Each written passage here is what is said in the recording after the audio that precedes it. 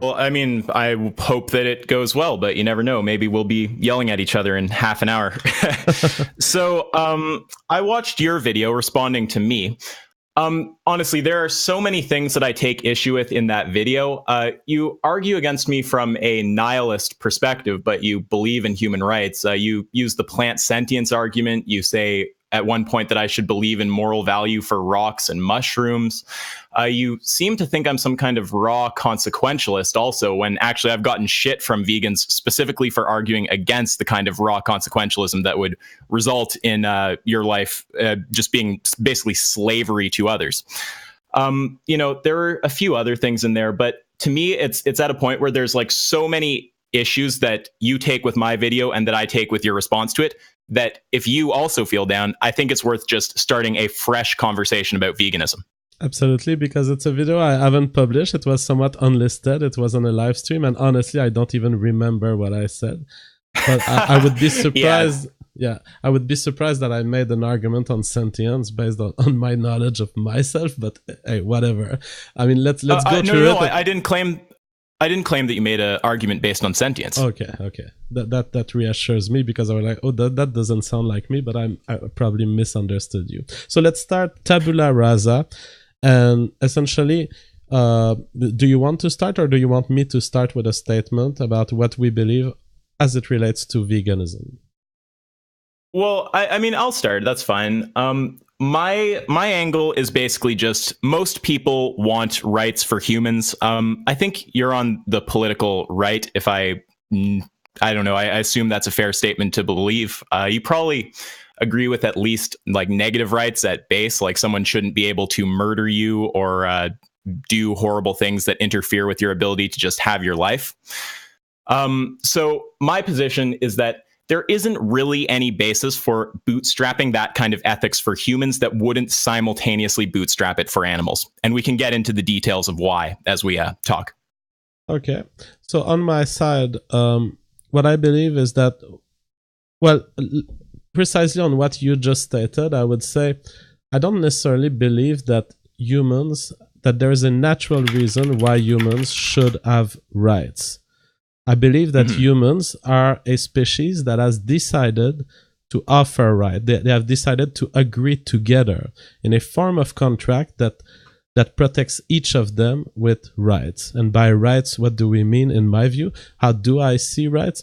I see rights as being things that you cannot step upon, things that you cannot violate in people's liberties. So I like to see rights as a kind of umbrella that protects certain forms of action, certain forms of liberties, as opposed to other. And the way we enforce this is by saying, well, first we agree on a series of rights that we provide to each other, and second, we have the state which will put in prison anyone who tries to violate these rights. I see it much more as an agreement between humans than something that they naturally deserve. On the more general question of veganism, my opposition to veganism is mostly one that relates to the existence of farm animals and the fact that I believe that they have somehow a right. I don't usually term it right, but in the definition that we're talking about, I would almost call it a right, not a legal one, but a kind of natural right to exist and to have chosen a strategy where they've chosen to live with humans. They've approached humans. Some of them were good at farming for farming purposes, and they made it the center of their existence to offer us with meat. And that's what allowed them and their babies to survive and spread throughout the world. There is not a single bird species that has been as successful as chicken to using humans to spread across the world in the way they did. I think it's an amazing evolutionary strategy. I think it deserves respect. And I think that if we were to enact true veganism, or every time we convince a single person of veganism, there are less chicken living. There is less demand for the chicken industry. And as a result, there are less chicken minds, less chicken babies, less eggs being produced. And I believe that it's a beautiful part of biodiversity that farm animals are bringing, and I'm for keeping it rather than exterminating it. Okay, so I hear you saying two essential things there. I'm just tweeting out the link. When I started this stream, I somehow had it as unlisted, so I've got a total of one person watching right now due to that stupidity. People were like, this guy is totally unknown. He's got 6 viewers. What an idiot. So I'm just going to share it out. But I did listen carefully to what you just said. Okay, I hear you starting off by saying that you don't believe that rights exist intrinsically. And I don't either, which is part of why I found it kind of funny that you were responding to me from a nihilist angle, because from an ontological perspective, like with respect to how things exist, I don't technically believe that rights exist. I think they're a human construct. So we actually agree there. Okay. I would just argue that our system of rights should be internally consistent. And I think that there isn't an internally consistent way to argue for a robust model of human rights that won't extend to veganism. And then secondly, you were saying that veganism actually hurts animals. And in your response video to me, you actually went so far as to say it would cause an animal holocaust if everybody went vegan. Yeah. So you don't think that there's such thing as like maybe an animal sanctuary or reintroduction into the wild over time? You don't see those things as possible?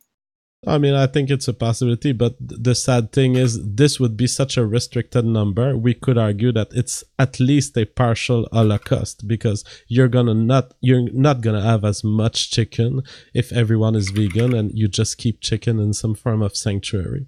So to me, okay. Whether we're talking about full holocaust or partial holocaust, my moral argument remains the same. They have the right to exist, and the number of chicken that currently exists has the right to exist and has the right to produce babies and to continue exploiting humans in their domination of the planet. Okay, so I just got it all live. So now my attention is fully fixed on this conversation.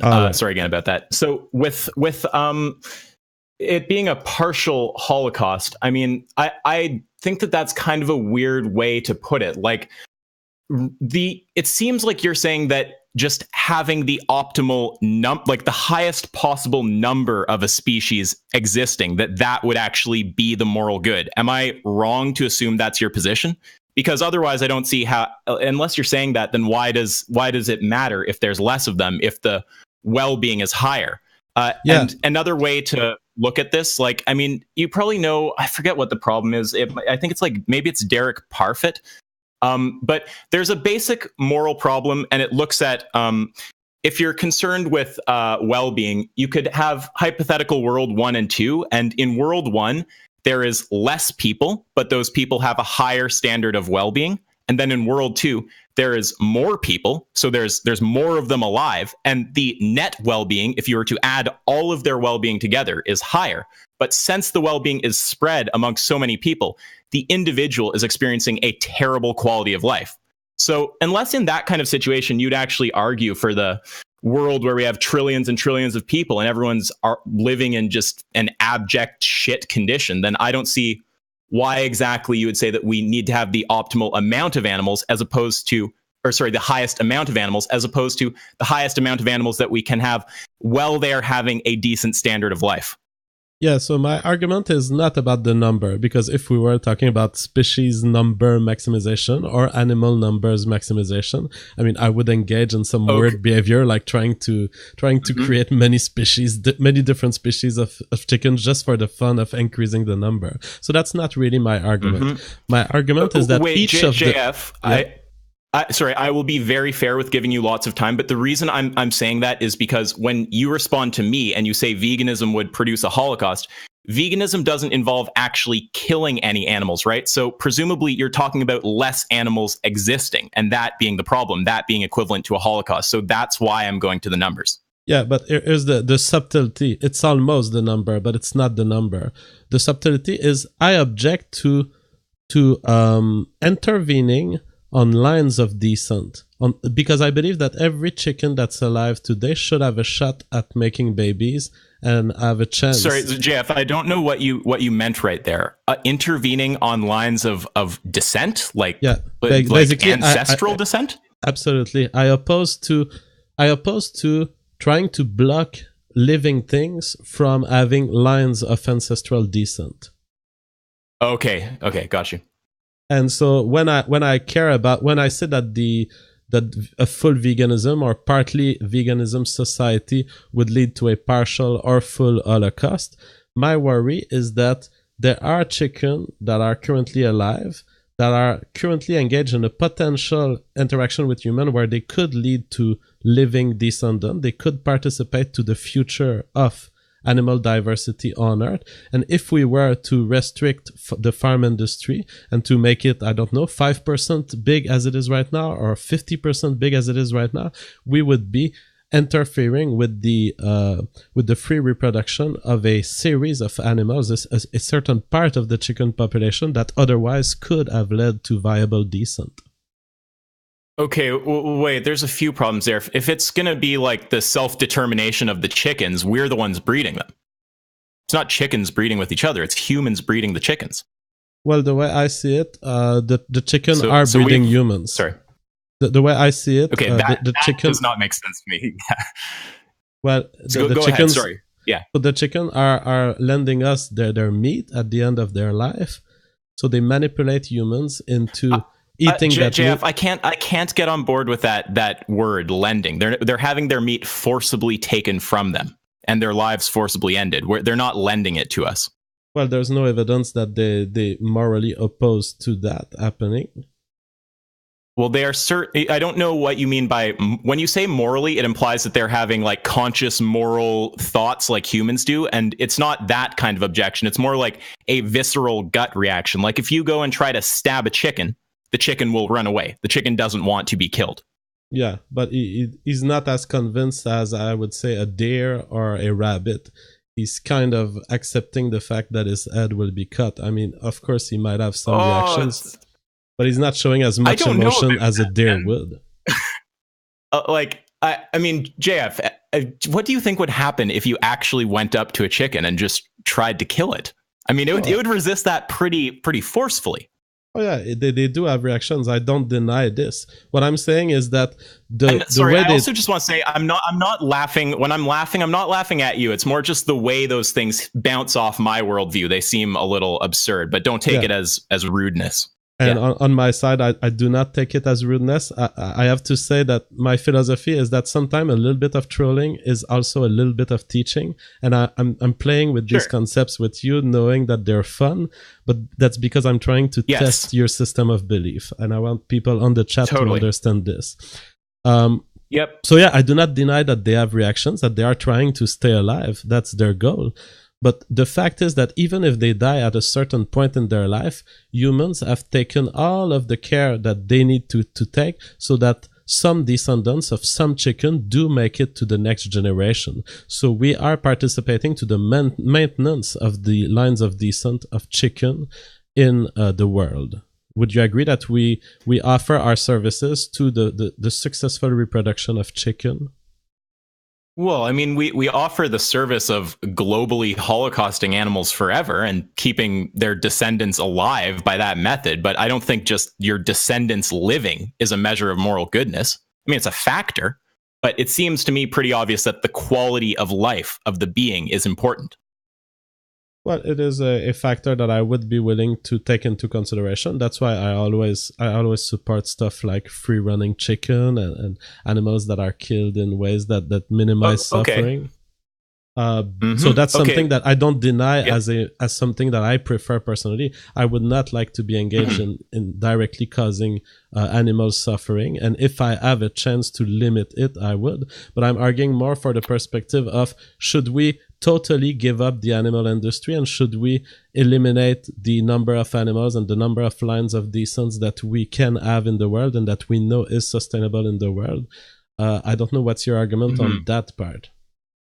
Okay, well, it seems like there's more than one thing going on here, because there's like a principled question and then there's a pragmatic question. So the principled question is the one of like whether a species has a right to self-determination. And I guess you deal with that a lot if you interact with people in the alt-right when they're talking about, races' rights to self-determination. So I understand there's that principled question there. But then there's also this pragmatic question of, is the only, assuming we get on board with your principle and everyone has this right to self-determination, at least at the species level, how is it actually pragmatically, in a real world practical sense, true that the only way to preserve the species is by farming them? I mean, there are sanctuaries. There's also reintroduction into the wild over time. I mean, I don't mean that it's the only way that is viable. What I mean is that it's probably the only way where you're going to maintain as much lines of descent. Okay, that wait, but you said that the number isn't the thing. That when it comes to the quality of life versus the number, the quality of life is what's important to you. Am I wrong in thinking that? No. Yeah, you are wrong. That was not my statement. I said that the quality of life, I'm willing to take it into account, but I'm not sure I'm willing to weight it on a balance with the existence of a species and the freedom that they have of choosing the way they want to live and the way they want to reproduce. And if that includes being killed at the end of your life by a guy with a knife, that may be an evolutionary strategy. I'm not willing to interfere on the choice that chicken made to be serving food for humans. Well, I still have, I mean, this is not really hitting what you said right on the head. I hope you don't mind that, but I just have a problem with the words that you're using. It's not the chicken choosing any of this or choosing to serve humans. This is imposed on the chicken by humans. And to kind of get more directly at what you're saying, I mean, you're talking about there being this right to, what do we want to say here? Self-determination? Is that basically what you're talking about? Self-determination for chickens? It's a good question, and I want to take the time to think about it because it's not the word that I use usually. How could we call it? What word would, I would call it evolutionary freedom. Because I would see the moment that a first chicken, let's say there were birds living in the forest around humans, I don't know how much time ago, maybe 100,000 years ago or maybe more. There were there were some birds that wanted to stay in the forest. There were other birds that have accepted to get close to humans, and they got involved in this whole interaction with humans, where humans have been modified by the presence of chicken, and chicken have been modified by the presence of humans. That's what I would call evolutionary freedom. The freedom to not stay in the forest and to go see this weird monkey-like creature and let it do whatever it wants with you and your babies. That was an evolutionary choice, and I respect it. Yeah, I mean, okay, I don't totally know if it's fair to sentence all of the descendants of a being forever based on a choice made by some being thousands of years ago that's not even a rational agent. Like, that seems to me like kind of a bit out there. I don't know. I mean, my thing is, it seems like at base, you're saying something about chickens having a right to exist as a species, to not be wiped out. And it seems like, and correct me when I'm wrong once I'm done this, but it seems like you're also saying that veganism will wipe them out or will push in that direction. But I mean, I don't see that as like pragmatically speaking, in the real world, practically, that doesn't actually seem true to me. You can be vegan and still have the animals be alive. So for you to bring up the species' right to exist in response to veganism, well, how is veganism coming up against their right to exist? I mean, the moment that you tell me that, let's say 50% of the population was to be vegan, do you acknowledge that there would be some chicken that would not exist in that world, as opposed to if we continue the current situation? There would be less chickens. I mean, we have billions of chickens, millions? Yeah, you would have simply wiped out a part of the lines of descent that could exist in the situation where you don't intervene. So that's where I see that promoting veganism is the equivalent of a partial holocaust on a certain number of line of descents of chicken who otherwise could have lived. Okay, but again, I mean, it seems like you're going to the right of beings that don't currently exist to exist. It seems like you're saying that the future chickens have some kind of like right to be there or something. It's like, you know, what I'm concerned with is the actual quality of life of the beings that are currently alive. So when you're talking about, you know, putting an animal into a farm and, you know, killing, when you're talking about, let's just go with killing. When you're talking about killing an animal against its will, I mean, you don't want to be killed against your will, probably, right? I mean, it depends. And I actually have a thought experiment on that. But I would say in most situations you are correct. But I wanna bring this back in a few minutes. I do have a thought experiment to make. Go ahead. Sure. If we don't get lost in the flow, please do bring that up.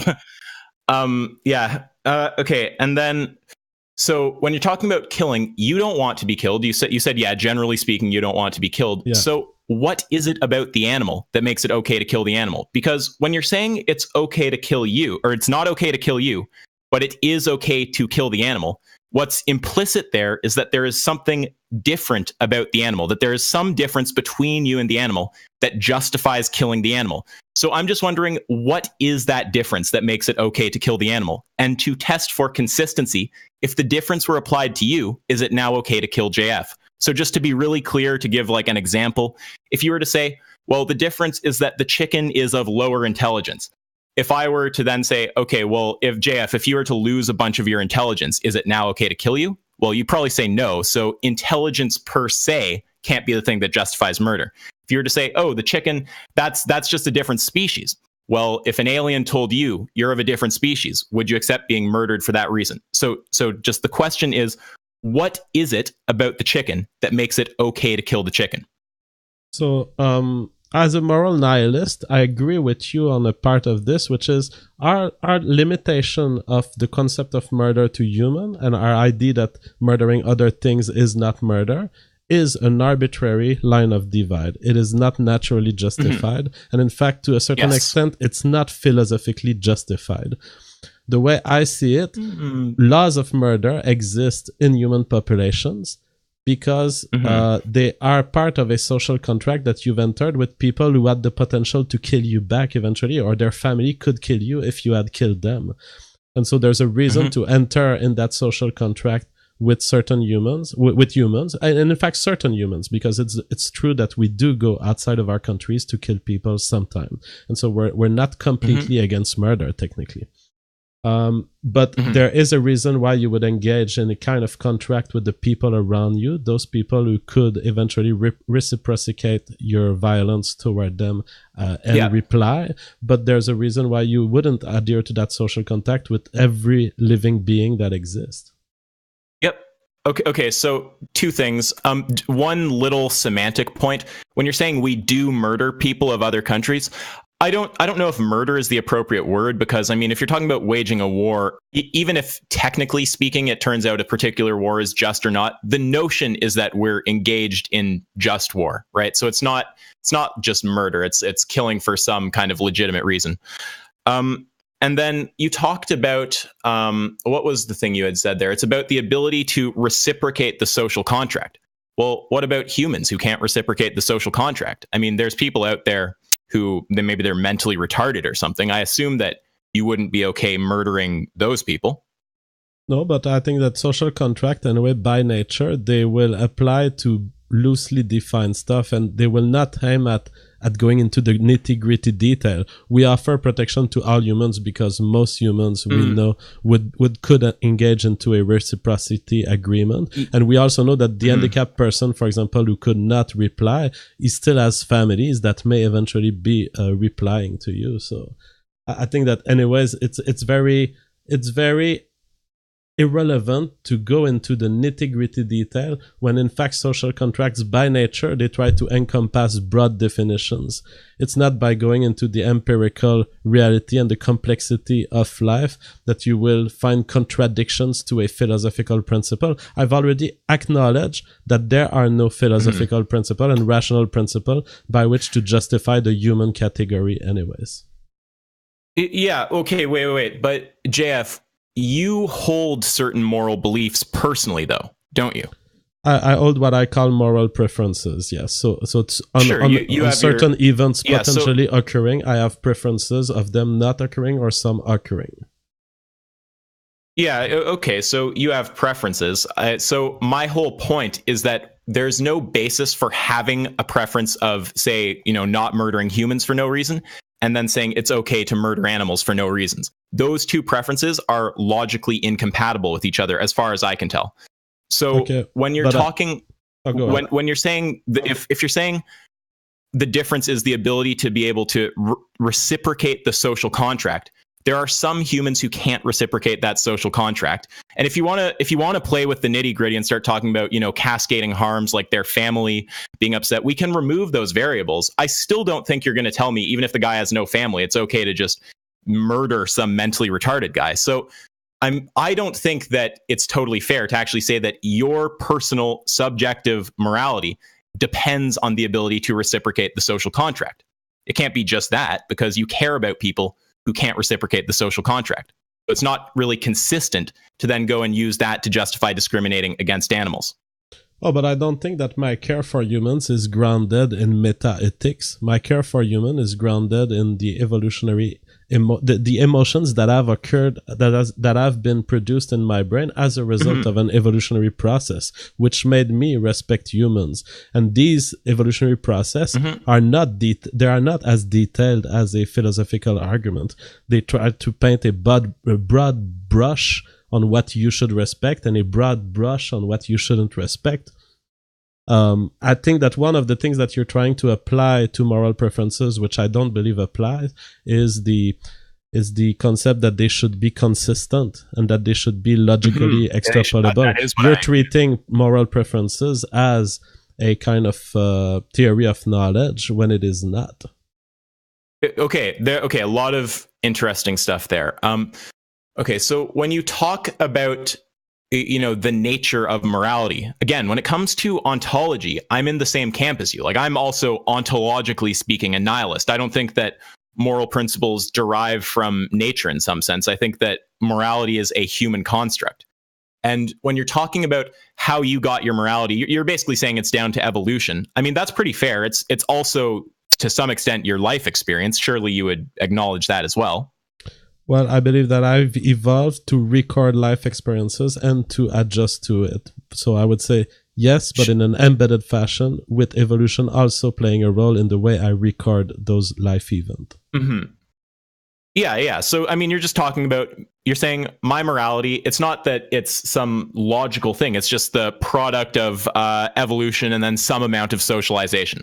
So I agree.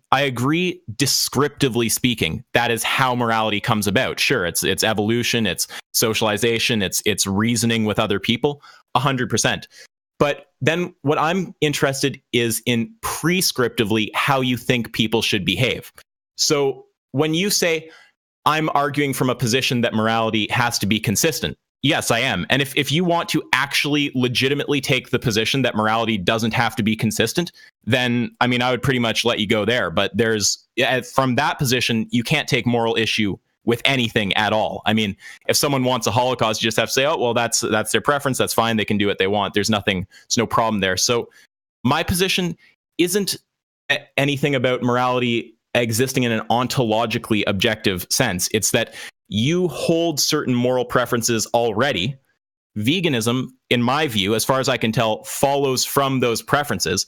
And to say, well, maybe it does follow, but I don't have to be consistent because this is just morality. Well, you're not going to accept it if someone says, I don't have to be consistent about morality, so I'm just going to wipe out JF or nuke Quebec or some shit like this, right? So you can't just say consistency doesn't matter and then desire a world where people are consistent about their morality. I think that you're committing an error here. Let me try to identify it. I think you say that because moral preferences, if you claim that if I am to state that moral preferences do not have to be consistent, that I would necessarily conclude that I cannot share my moral preferences and in fact try to convince other humans of my moral preferences. I think that's false. I think I could be standing here and say, I am actually, I will state it here. I do not believe that moral preferences need to be consistent, and I do not believe that the axioms of consistency that apply to epistemology and our theories of knowledge apply to morality. I think you can be inconsistent in your moral principles. But I do think that you can still share your moral beliefs and you can share your moral preferences with others and in fact try to be convincing about them and try to see, can I get these other people to agree with them? Okay, but JF, someone arguing for a particular moral position by just saying, well, it's I don't have to be consistent, and not actually having, I'm not implying you don't have a rationale, but if at base you get through their rationale and they just tell you, I don't care about being consistent, you might say, okay, well, you don't have to be consistent, but that does not persuade me. So, but you may be caring about other things. You may be caring about emotions. You may be caring about future success of your culture. You may be caring about the lines of descent of chicken. I mean, whatever convinces people doesn't have to be consistency. Well, wait. The whole thing is, though, do you want a world where morality is inconsistent? Because we're not talking about whether in an ontological sense you have to have a consistent morality. You don't. We're talking about the world we want to build. Just like you don't have to value human life. You don't have to value not murdering people, but you want to live in a world presumably where we value that. I would suggest that you probably want to live in a world where morality is consistent. I mean, is that not a fair thing to say? No, I'm not convinced of it. I think that there are things I wouldn't want humans to stick to artistically so much just to adhere to consistency. There are situations in the world where I would prefer that they use arbitrary judgment, I would say. Okay, well, now you'd be into some kind of situation where you have to justify that separation of when it's okay to make an arbitrary judgment and when they have to be consistent about their morality. I mean, to me, it seems like you want people to, to me, it seems like one should desire for others to be consistent all the time to the best of their ability. Because I don't accept someone telling me that, I can't really come up with any rationale for why it's okay to harm you, Isaac, but I don't have to be consistent about morality. So, I value others. I value myself. I just don't value you. So I'm going to harm you. I would reject that. And the reason I would reject it, I would say, just telling me that you don't care about consistency. I don't accept that. That doesn't persuade me of a moral view. Okay.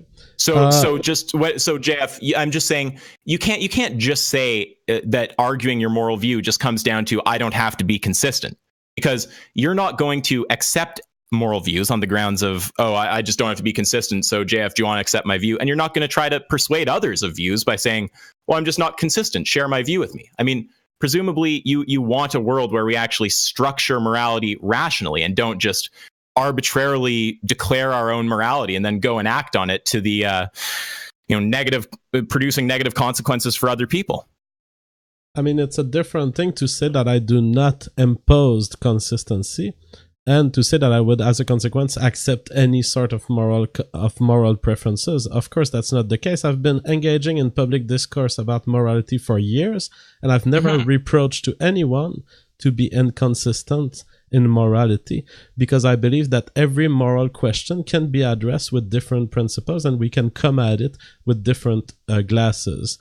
Now, maybe if I think we're not done with this conversation, and we need to continue that line. However, maybe to move on the conversation a little bit, I would bring my example, my thought experiment, and I believe that a modification of that thought experiment may explain to you why consistency is not always the best.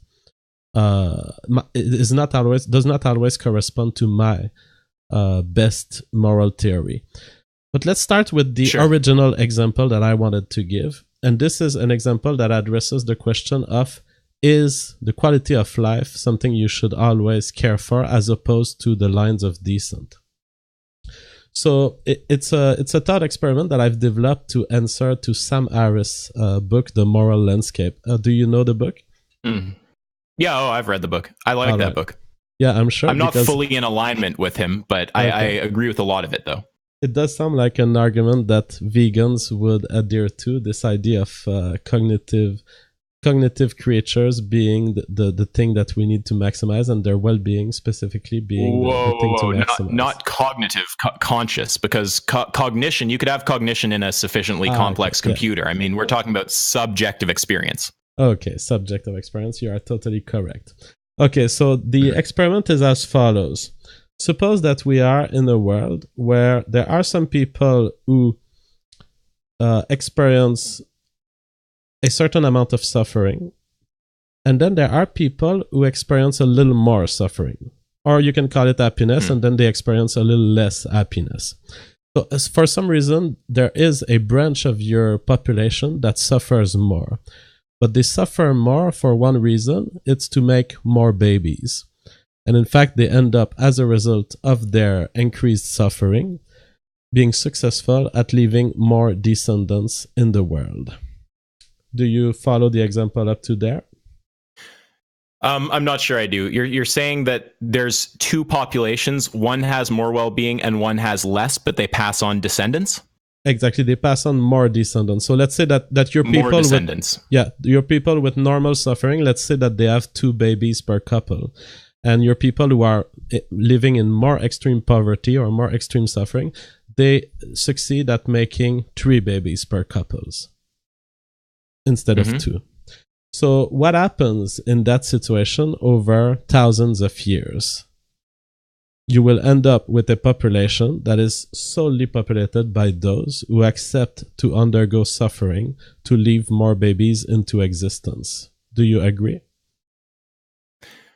I think I agree. I mean, it seems like if you have a population that's having, no babies, then there's no well-being in the future. So that seems like a bad situation. If you have a population that's having some absurd amount of babies so that the planet is overpopulated and everyone's having a shitty time, that seems bad. So it seems like there's some medium amount of babies that would be good. And if producing that ideal amount of babies means not the individuals who are currently alive, not just living the optimum, happiest life, then that's a good thing. But it seems still to be a calculation of well-being, because you're just looking at well-being in the future as well to currently with the beings that are alive. No, it was not a look at well-being. What I was, my point essentially was that people who care about well-being to the cost of any sort of reproductive output that they could gain. So to people who cared about well-being in any way that would interfere their reproduction are eventually self-genociding. They will eventually be replaced by other people who do not care about suffering to leave babies into existence. Would you agree with this statement? I think I do, but I just want to make sure I understand. So like, just to be clear, let's say you have like a certain amount of people alive and you just have like the pleasure machine, and someone can just step into that and just experience well-being in this virtual reality for their entire life, and it's maximum well-being, but they don't end up reproducing because they're just in the machine the whole time. Mm-hmm. You'd be basically saying that even though there's more well-being, if you do that, that's actually you're not going to pass on any descendants. Is that what I'm hearing from you? Yeah, and specifically, in the future, I predict that there would be no one interested in the machine, and everyone would be interested in living a life where they make babies. Because the people who don't make this, the people who plug themselves to the machine, will just last for one generation. So it's a prediction about the future state of societies. Yeah, so you're saying ultimately from all this, though, you're saying that some sacrifice of well-being in order to have children is a good thing.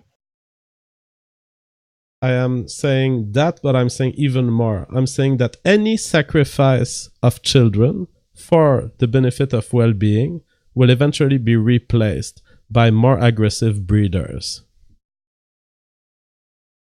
Okay, that I'm not exactly sure what I think about. I'm missing the connection to veganism, though. So how does this connect to veganism?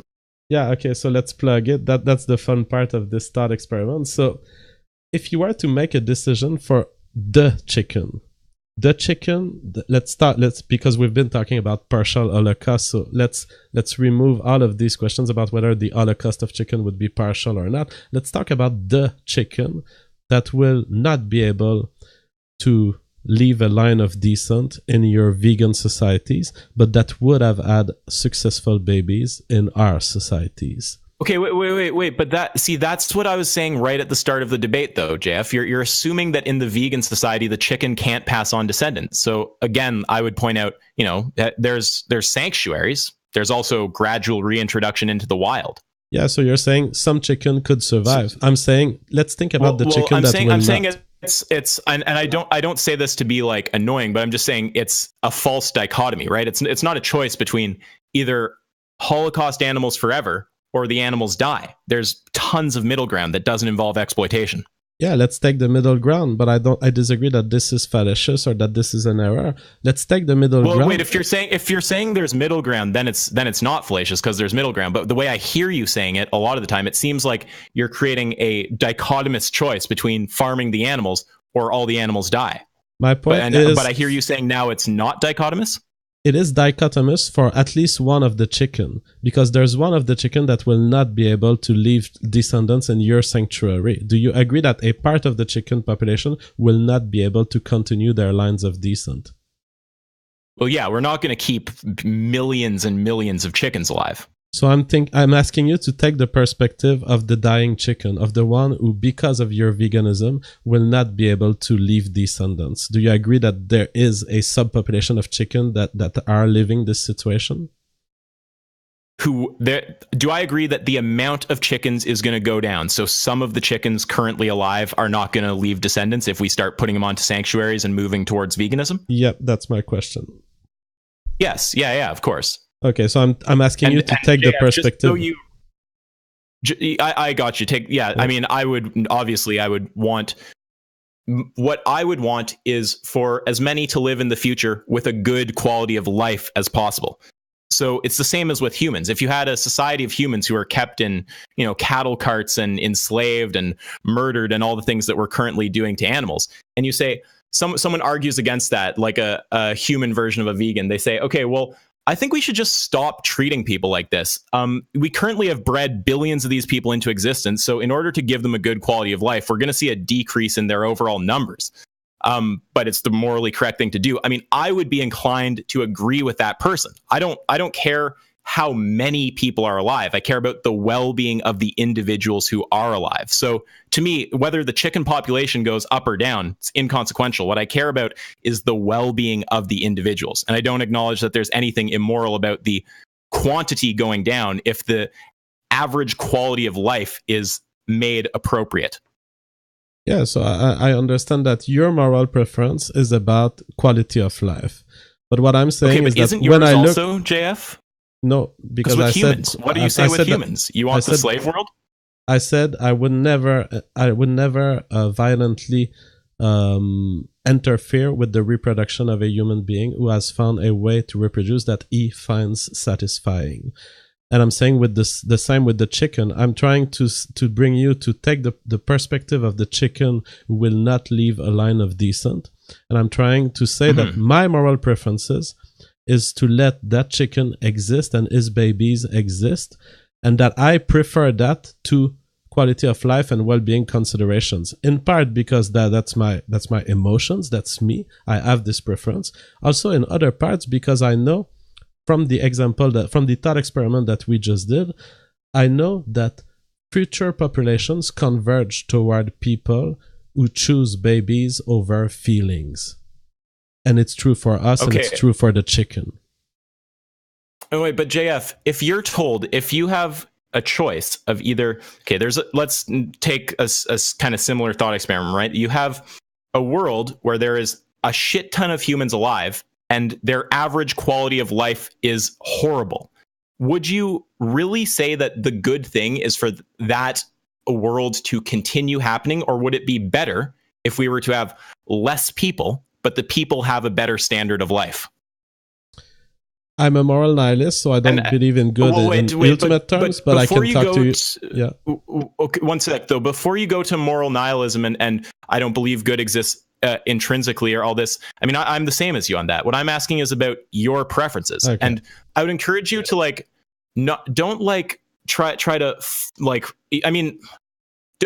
I would say don't try to philosophize your way into a consistent position. I would say just answer as honestly as you can. Would you want to live in the shit world where there's more people alive, but the quality of life is shit? Or would you want to live in a world with less people where you would actually have a good quality of life? I just want to point out that first you started with a question where you were asking me, would that world be preferable? And now you're asking me, would you like to live in that world? And that's different for me because it's different, the world I would like to see versus the world I would like to live in as a human being. Do you agree that there's a little difference here between the two questions? It seems like pretty semantic. I mean, I'm just talking about your preference. What do you think would be better? But I have preferences for my own life, and I also have preferences for the state of the world that I see. So I just want you to clarify, what are you asking me? The way I want to see the planet as an observer looking at it, or the way I want to live? Because I have, for example, I have cheese preferences. I like cheese A, B, C, but I understand that we live in a planet where not everyone likes cheese A, B, C, and I want to be in a planet where there's also cheese D, E, F. I'm not sure I'm following you. I mean, you're saying, am I talking about your preferences or how you would like the world to be organized? But I'm not sure that I acknowledge a separation there, because it seems like any time that you think you have a preference that isn't how you'd like the world to be organized, it's you looking narrowly, or just a person, not you, just someone looking narrowly at what would make me feel good in this moment. Oh, cheese would make me feel good. What would be good for the world? Oh, maybe if we didn't produce this cheese. But if you really focus, I have a feeling that those, how you want the world to be and how you would like to live, will converge, because significant focus on the consequences of producing the cheese would probably lead you to be like, that actually sounds like a world that I would not prefer. So I'm not. I understand what you're saying. Like, there are little separations like this. Like in your mind, you would probably prefer, if there's a burning house, for your kid to be saved than some other kid, if it's a choice of saving two. But when it comes to structuring a legal system, for example, you probably don't want a legal system that preferentially chooses certain people's kids. You probably want it to be unbiased.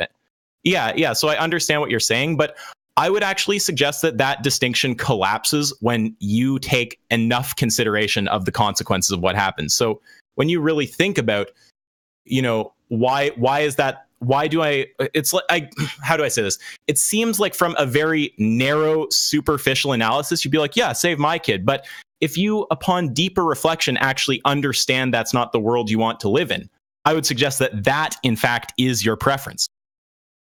Okay, I mean, we've opened quite a huge parenthesis here that has lasted for the last 4 minutes, and I don't want people to think that I want to be dishonest here. We need to go back to the question you asked me. But I just wanted to point out that we have a huge philosophical difference in that you expect consistency between social observation of things and social preferability and self-decision-making, which I do not collapse together precisely because I don't believe in the axiom of morality having to be consistent. It may be a small thing, but it leads to huge differences here.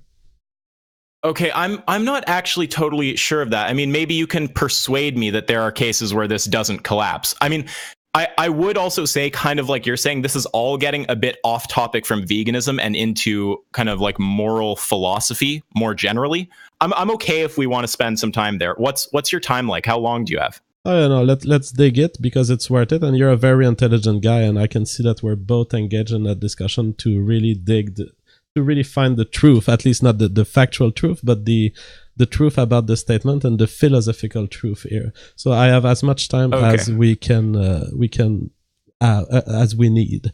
So let's first go back to your question. In the world, what would I choose personally? So you asked me to choose between baby making and suffering. I would choose suffering. I would choose a world where I don't know if that's what I asked you to choose between. I asked you to choose, or just let me make sure that's what I'm saying. I asked you if you would prefer a world where there's more people with a horrible standard of living, or if you would in fact not make the amount of people alive and able to pass on descendants the highest value, and say, no, I would prefer a world with less people, but a decent quality of life. Okay, so my answer is I will choose the world living in shit. But there's a subtlety to why I choose that. Okay. What? But there's a subtlety to why. Go ahead. The subtlety to why I choose that is that, first, there's no real situation in which I could give a magic wand solution to this. I'm just a human in the world, and my only way to participate to the state of the world is by either making more babies or less babies. And so knowing that we are headed toward, let's say, and that's actually the description of planet Earth, we are headed toward an overpopulated planet, which will cause individual suffering. So in a way, the fictive scenario you present is the future scenario for planet Earth, most likely, unless people change their ways. But I still choose to bump. Go ahead. I was just going to say, if you actually consider farmed animals, we have billions of them alive right now. It's already overpopulated in an environmentally unsustainable way. But I understand you're focusing on human overpopulation. Yeah. So I choose the living in shit life of the overpopulated scenario because I know that the only way I can withdraw or participate to that situation is by either myself making more babies or myself making less babies or convincing others around me to do the same. Right? Because I see myself as an agent in the world. I don't have a magic wand. I'm not God.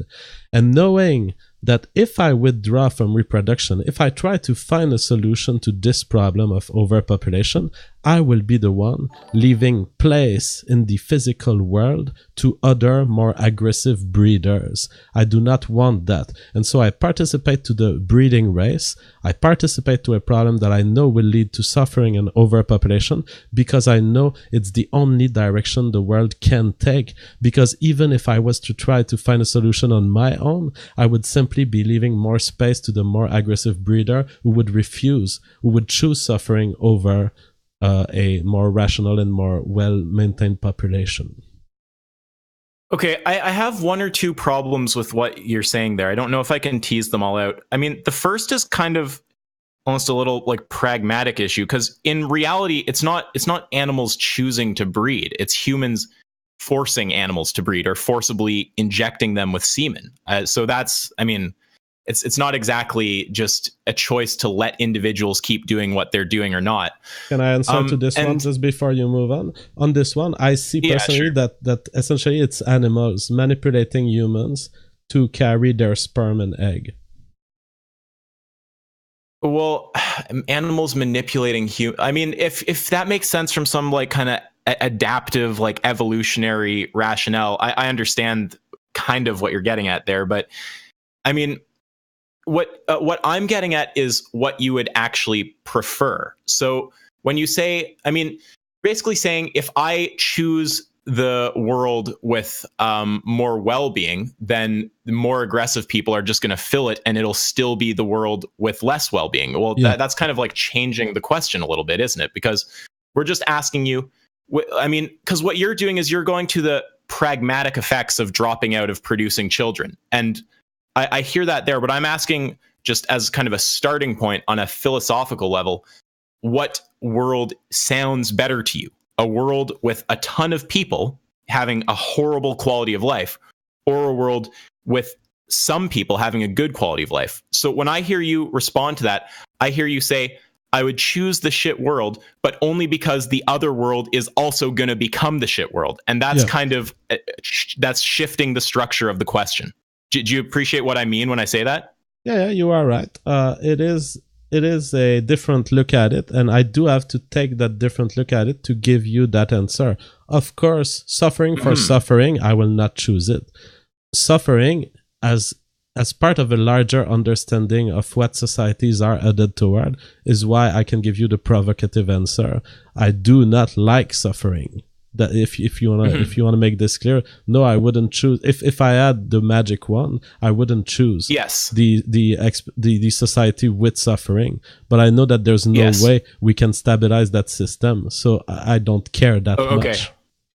Okay, so that's a big step in a direction other than what I was thinking in my head, because what happens a lot of the time, I'm sure you've had this happen to you in discussions too on all sorts of topics, is you make a point in principle, and then someone points out either something that'll a actual practical effect that'll happen, or they point to something that they think will happen, and they're pointing to some pragmatic consequence of the choice and responding based on that instead of answering just the question in principle of what you would prefer.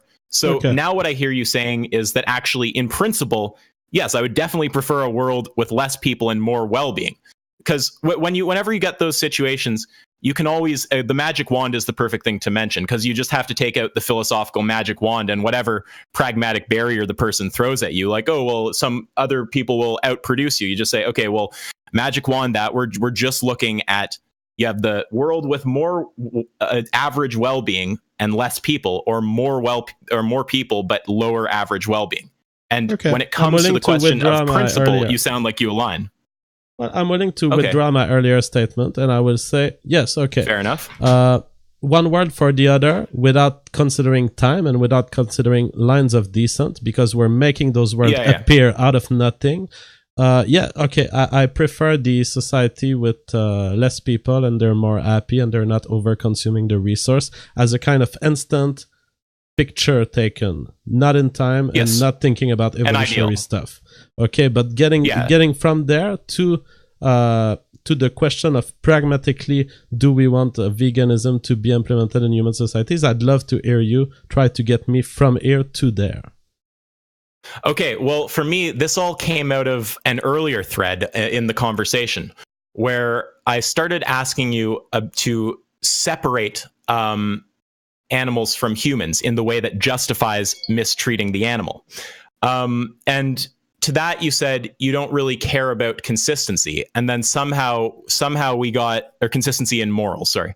And then from there, we somehow managed to get into this whole conversation of, you basically said that, it's not consistency or any of this that matters. It's that we want not to remove the line of descent. But if you're now saying that, and sorry to be a bit muddled, it's just using up a lot of my mental RAM because there's a lot on the table. Yeah. But if you're now saying, okay, no, I don't think that in principle the highest good is maximizing the amount of people alive, then with that line of reasoning kind of off the table, we can go back to the value of consistency in morality. And then if I can shift you on that question, then we're going to come back to the original question, which is, what is the difference that justifies mistreating the animals? Because just to be clear, when I ask for the difference, I don't hear you saying one. I just hear you saying consistency doesn't matter.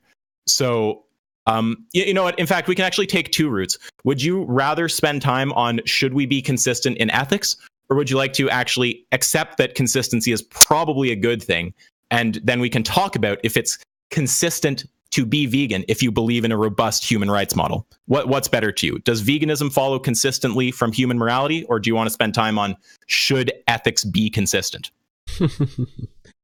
This is huge, and I want to answer to your question, but we're very at high levels of intellect here, and I want to process a little bit. I'm going to take some time here. So totally. And let me say one last thing, JF. I'm so sorry to cut you off. I just got excited. But the other thing I want to say is, I don't want there to be pressure in this conversation. I hear you backing up on things when you feel it's appropriate, which is a huge sign of intellectual honesty. I respect that a bunch.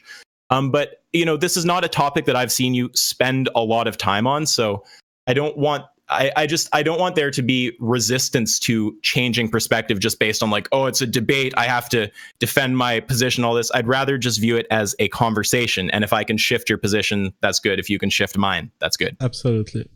So thinking about, do you want to take a 2-minute break? I think that would be great. And then I answer your question and we move on. Sure, absolutely. All right. So I'm going to drink some Diet Coke. Of course, my breaks, they keep getting displayed on the live stream, but I cut them out in the final video. Okay. I'm staying live. So are you actually getting off right now? Because if so, I'm going to answer some questions. No, I'm staying live. I'm staying live. So what do you mean 2-minute? What do you mean for 2-minute break? Are you actually going away from the computer during the break? I'm still here. I'm just like drinking Coke, and it's a time where we can be a little more relaxed. It's not going to be in the end video. Okay. I got you. It's almost not a break. I wasn't sure if you meant a break as in relax the conversation to normal level, or a break as in you're going to depart from the computer and I'm going to entertain people with questions. No, it's just I drink Diet Coke, but do go ahead and answer your questions while I relax if you'd like. Well, I mean, the two things that are on the table for me, it obviously started with the ethical question, which I've summed up as name the trait before, but that's just, if you're saying it's okay to murder an animal, it's not okay to murder a human. Implicit in that is that there is some difference between the two that justifies it for the animal. So what is that difference? And if it were true of you, would it justify murdering you? Is it intelligence? Is it morphology? Is it species? And would you accept being murdered if you didn't have some other species, morphology, intelligence, or species? And then one way you can try to respond to that is by rejecting logical consistency as an axiom when it comes to morality. So then if you're going to do that, then we have to go in the direction of, is consistency important in ethics? And I would push pretty hard on you on that. And I would say you definitely want a world where people are consistent about ethics. Like, I mean, you can talk about the pragmatic negative effects of being super autistic about some particular moral principle. Like, I hear you on that. Fair enough. But generally speaking, I think it's pretty reasonable to say you want people to be consistent about ethics. You don't want people to justify actions by just saying, well, fuck it, I'm just going to murder you because I don't care about consistency. People on my chat are saying, this guy has no idea what a break is. Yeah, I think I've gotten a bit too revved up. I'll take it down. You know, no, but I don't follow. I'm coming in. I've finally boiled down the principle in my head. I'm going to come in back after the break with a huge positive statement. I think you're gonna have a lot of fun with it. But okay, I think I've boiled it down to something that we've not covered yet and that you're gonna enjoy. I'm gonna go to the bathroom. I'll be back in a minute. Yeah, man, sounds good. I'll see if people are texting things. So JF's audience gets the benefit of listening to whatever my people are saying right now. So do you guys have any questions? I'll let the chat catch up. If you've got anything you want to say, feel free to say it and I'll respond to it if it catches up before JF gets back from the bathroom, which who knows, judging by my internet speed, which you can all see right now. It's pretty shit. It's just literally a white screen for anyone who's watching on my channel. I wish I could take some questions from JF's audience, but I don't think I have the internet speed to get over there. Okay, so what do we got here? Out of words to say? I've got words for days. Ask yourself, your audio is lower than his. That sucks. I'll turn it up a little bit, but I don't want to fuck with his settings, so I just put mine up a tiny bit. The audio is a really funny thing. I've had it in debates before where everyone's saying turn up the mic. Okay, holy shit. Hopefully that's loud enough now. The audio is a funny thing. I've had it in debates before where you pretty much own someone just because your mic is set at a higher level and no one ever knows. Like, if you watch my debate with Cognitive Thought, I also owned him logically, don't get me wrong, but it turned into every time he would speak and I would speak, the Google Hangout would just select my microphone over his. So I just got to fully cuck him every single time. It's pretty funny.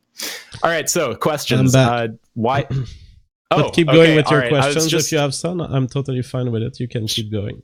Sure. I'll take, I just see two here. If someone's saying, why do you like Ben Shapiro?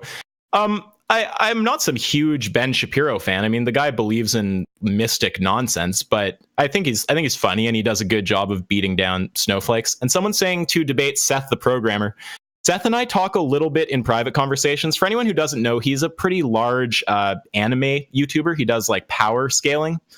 I'm happy to have a debate or discussion with Seth. I've kind of left the ball with him. So I don't know. You guys can go pressure him. I'm down, so there's no point pressuring me about it. What's up, JF? All right. So are you ready to start over?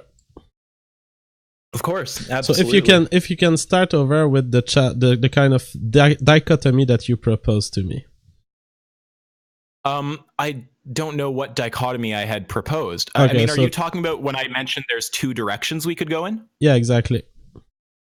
Yeah, okay, so the whole thing started by the name the trait question, which is just asking you what's the difference with animals that justifies mistreating them. So we can go there, or the other direction is we can deal with your first answer to that question, which was appealing to the notion that you don't have to be consistent when it comes to ethics. So would you rather talk about the role of consistency in ethics, or would you rather talk about the differentiation between humans and animals that justifies what I would consider the animal holocaust? Yeah, I think that as far as this discussion, we could start with the problem of consistency. But sure. you bring it wherever you like. I'm willing to discuss the rest, but I think you're not going to get much things exciting from me other than to say, okay, well, but I don't care about that difference. I don't care about the chicken brain experiencing suffering. So all you're going to get from me is a moral preference that is different from yours. Yep. However, on the question... Sorry, go ahead. Yep. On the question of consistency, I'd like to make a statement because during the pause, I thought about it and I think I've boiled it down to what I take issue with about consistency. Consistency Sure. to me in the moral domain is a tool of binding and a tool of extortion between humans.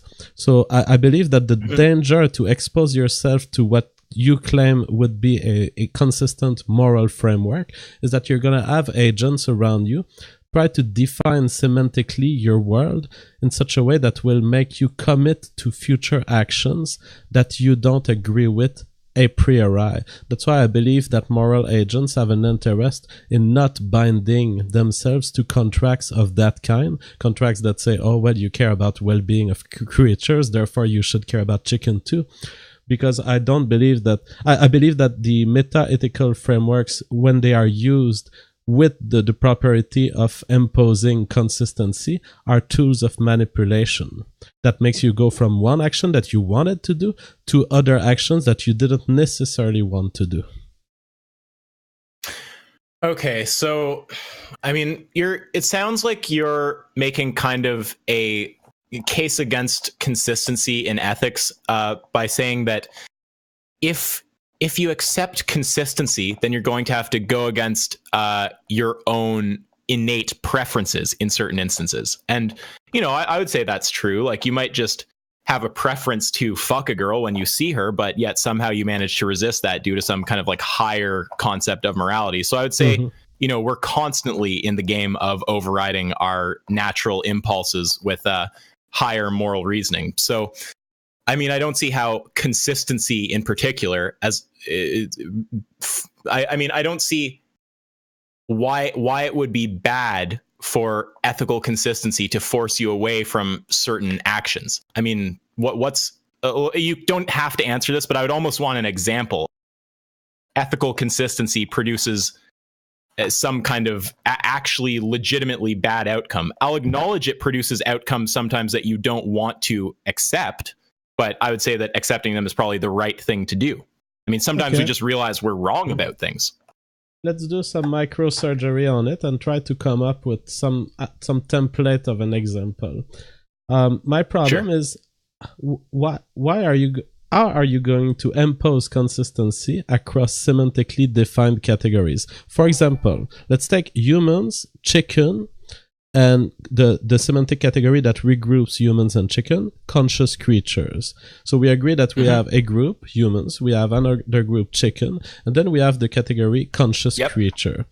And then we have the meta-ethical framework, which comes from humans respecting each other. So we know that let's say people in a modern society, people who are not criminal, they agree on some level of respect that humans offer to each other. Now you could derive from these actions, you could say, okay, well, their meta-ethical framework is that they care about humans. What would be the moral justification to say, oh, what they care about is not humans, it's conscious creatures? And knowing that you can create semantic categories at any point, at any arbitrary point, why would it be that a kind of ethical framework that has expressed itself within the human group should and will be by you extrapolated to the greater group, conscious creatures? Okay, wait. So I just want to make sure that I understand what you're saying. There's no point in responding if I don't understand what you're saying. So obviously you're pointing at humans, you're pointing at animals, and you're saying they both fall under the category of conscious creatures. So totally agree there. And then you're saying basically if you bootstrap rights for humans, so you give, and to be clear, when I'm using the term bootstrap, like, we both are ontologically speaking nihilists. We understand that morality doesn't exist in some special domain. It's a human construct that we impose. So when I'm talking about bootstrapping rights, I'm talking about pulling rights up by their bootstraps and saying, okay, well, the universe doesn't give a fuck, but I'm going to say that murder is bad and I'm going to follow that moral right. That's what I mean by bootstrapping.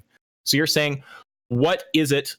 Why is it that if you bootstrap rights for humans, that it follows that you should bootstrap rights for animals? So this isn't addressing the question of the role of consistency. It's saying, with consistency in place, you know, what is it that bootstrapping rights for humans? What is it about that also would force us to bootstrap rights for animals? That's the question. It's essentially the problem I take with consistency. Yes, it's the reason why I'm very afraid of consistency, and I don't think I would integrate it to my moral framework. Well, yeah, because JF, the short answer, I could lay it out in detail, but the short answer to that question is consistency. So that just brings us back to the question of, well, should you be consistent in ethics? Yeah, and I believe we shouldn't because let's say Sorry? you're gonna be facing with every time you start believing truly in consistency, you're gonna be faced with moral agent who will create semantic categories that will force you to do some things you don't want to do. For example, if we were to agree, okay, sorry, Jeff, wait, we have to stop. I'm so sorry. Please pick up right after. But I don't acknowledge that as a morally negative thing. There are things, again, that you don't want to do, or that you might want to do, like you might just want to have sex with a woman when you see her, but you understand that it would be rape if you didn't go through the proper process to get there. So the fact that some moral construct changes your behavior, causes you to not do things that you're naturally inclined to do, that's not a bad thing in my view. Is that a bad thing in your view? Well, it's a bad thing if it was in your prior moral, if your prior moral preference was unexpressed in a meta-ethical framework. So you're taking a case where the prior moral preference is one that is illegal, so it's rape. I agree with you. Sure. Rape is bad, and I'm not saying that you should always follow your emotions. I'm saying that you shouldn't let your brain be manipulated by meta-ethical frameworks that are semantically arbitrarily constructed so that your brain will be manipulated by others. And let me take another example to try to explain what I mean by that. So let's say that you had a concept which is humans deserve respect and they deserve attention and care and love and caring for their conscious experience. Now imagine that you're faced with, you're in a military intervention and you're faced with a group of humans that are extremely evil. They want to kill everyone in your team. And suddenly you start having the reaction that everyone has in war, which is dehumanize the opponent. So you start not caring about them because you want to kill them, because they want to kill you. Now the autistic proponent of consistency would say, oh, you're being inconsistent with these people. Why do you not care about their suffering as much as you care for your family? Or why do you not care as much for the people who live in your country? Well, the fact is that every new moral situation imposes new things that may not necessarily change your moral preference, but that where your moral preferences that existed in the past but that had not encountered this new situation and not had the chance to express themselves, and you discover that yes, in the context of war, it is fine not to care for some conscious creatures. And that's where consistency can be tried to be used, to be pointed to, and you can say, oh, the soldier was inconsistent. He was not caring about his enemy as much as he cared about his friends and family. But it's inconsistency in the way that we all expect and we're all fine with.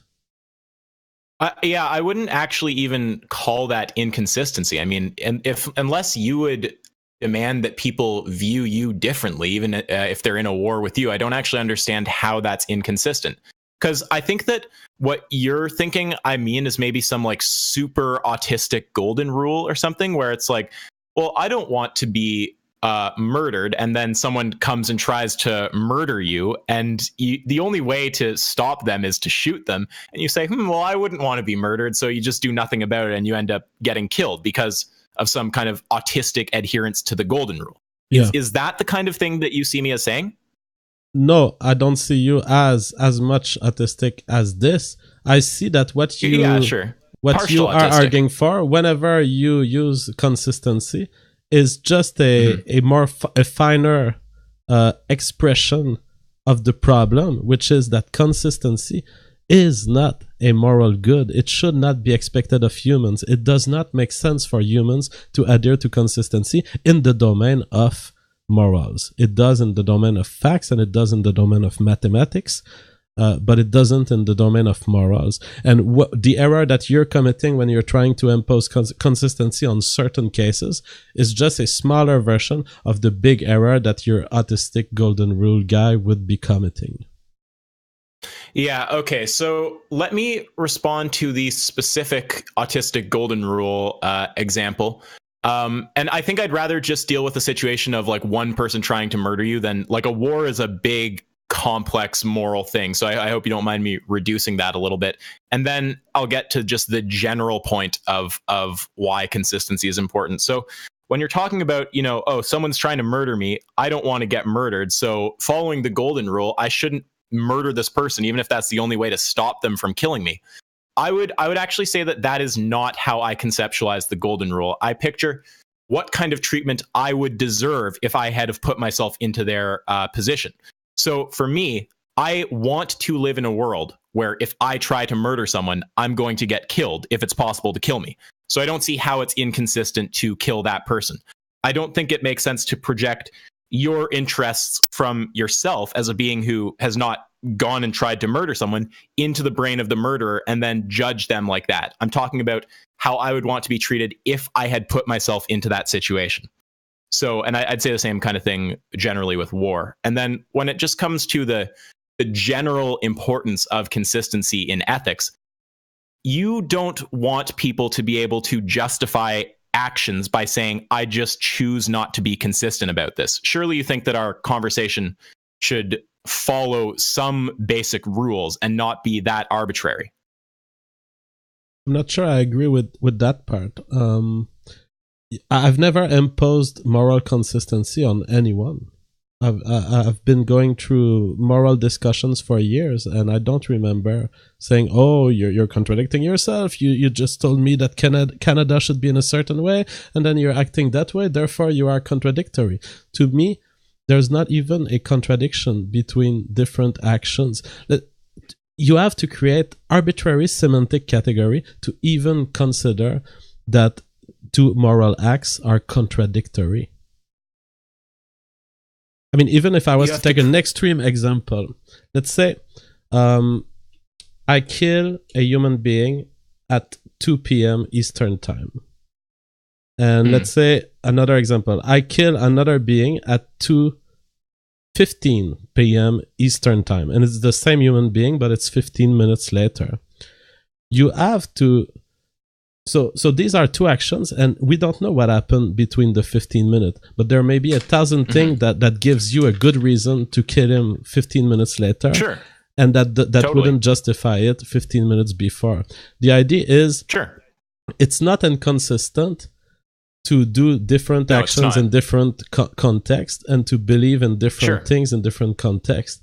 So I don't see... Okay, sorry, I hear you. This goes to that first question, though, because now you're saying it's not inconsistent to treat different situations or different beings differently. So now we're going to that question of is it in fact inconsistent to murder animals for food, but reject murdering humans for food? And that's a different question than is consistency important in ethics. I actually think it's a more valuable question personally, but if we don't even agree on whether consistency is necessary, then it's strange to talk about whether veganism follows consistently from a robust human rights model. I'm not fully sure that I'm not sure that your distinction. Do you want me to repeat more simply? Yeah, I'd like to you to repeat your statement because I'm not sure I adhere to it. Go ahead. Before I started talking right there, you started saying that you're talking about killing at 2:15 versus killing at 2:30. At least you're not talking about killing at 5:23, which is the current time. So you're saying it's not necessarily inconsistent because they're different situations and you don't know what might be different about them. So that goes to the question of that's talking about whether it is or is not in fact consistent. That's not the question of whether consistency is something that we should want in ethics. So it's two different things there.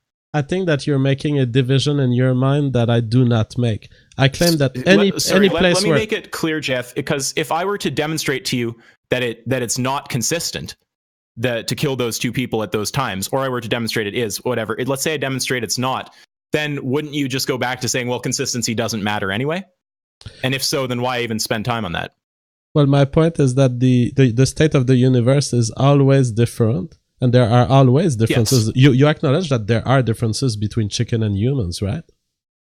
Of course. Yeah, absolutely. So when you decide to say that not killing chicken that killing chicken is inconsistent with our morality that we apply to humans, you are focusing, you are owning in on certain characteristics that link chicken to humans, while ignoring the fact that there are differences between chicken and humans. My point is, this choice, this semantic choice that you make is arbitrary.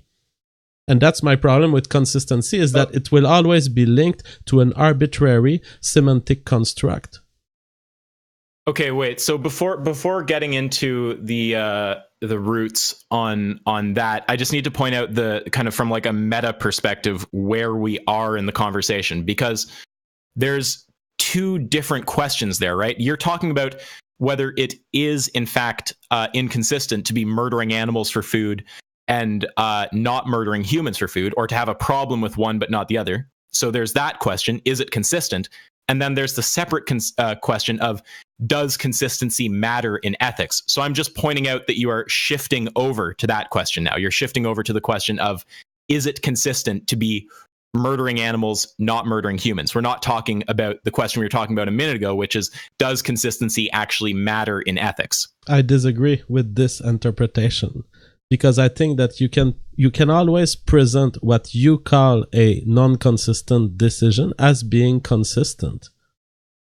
You can boil it down to, my behavior with chicken and humans is different, but it's not different for anything that affects my moral principles, and therefore my moral principles are still consistent.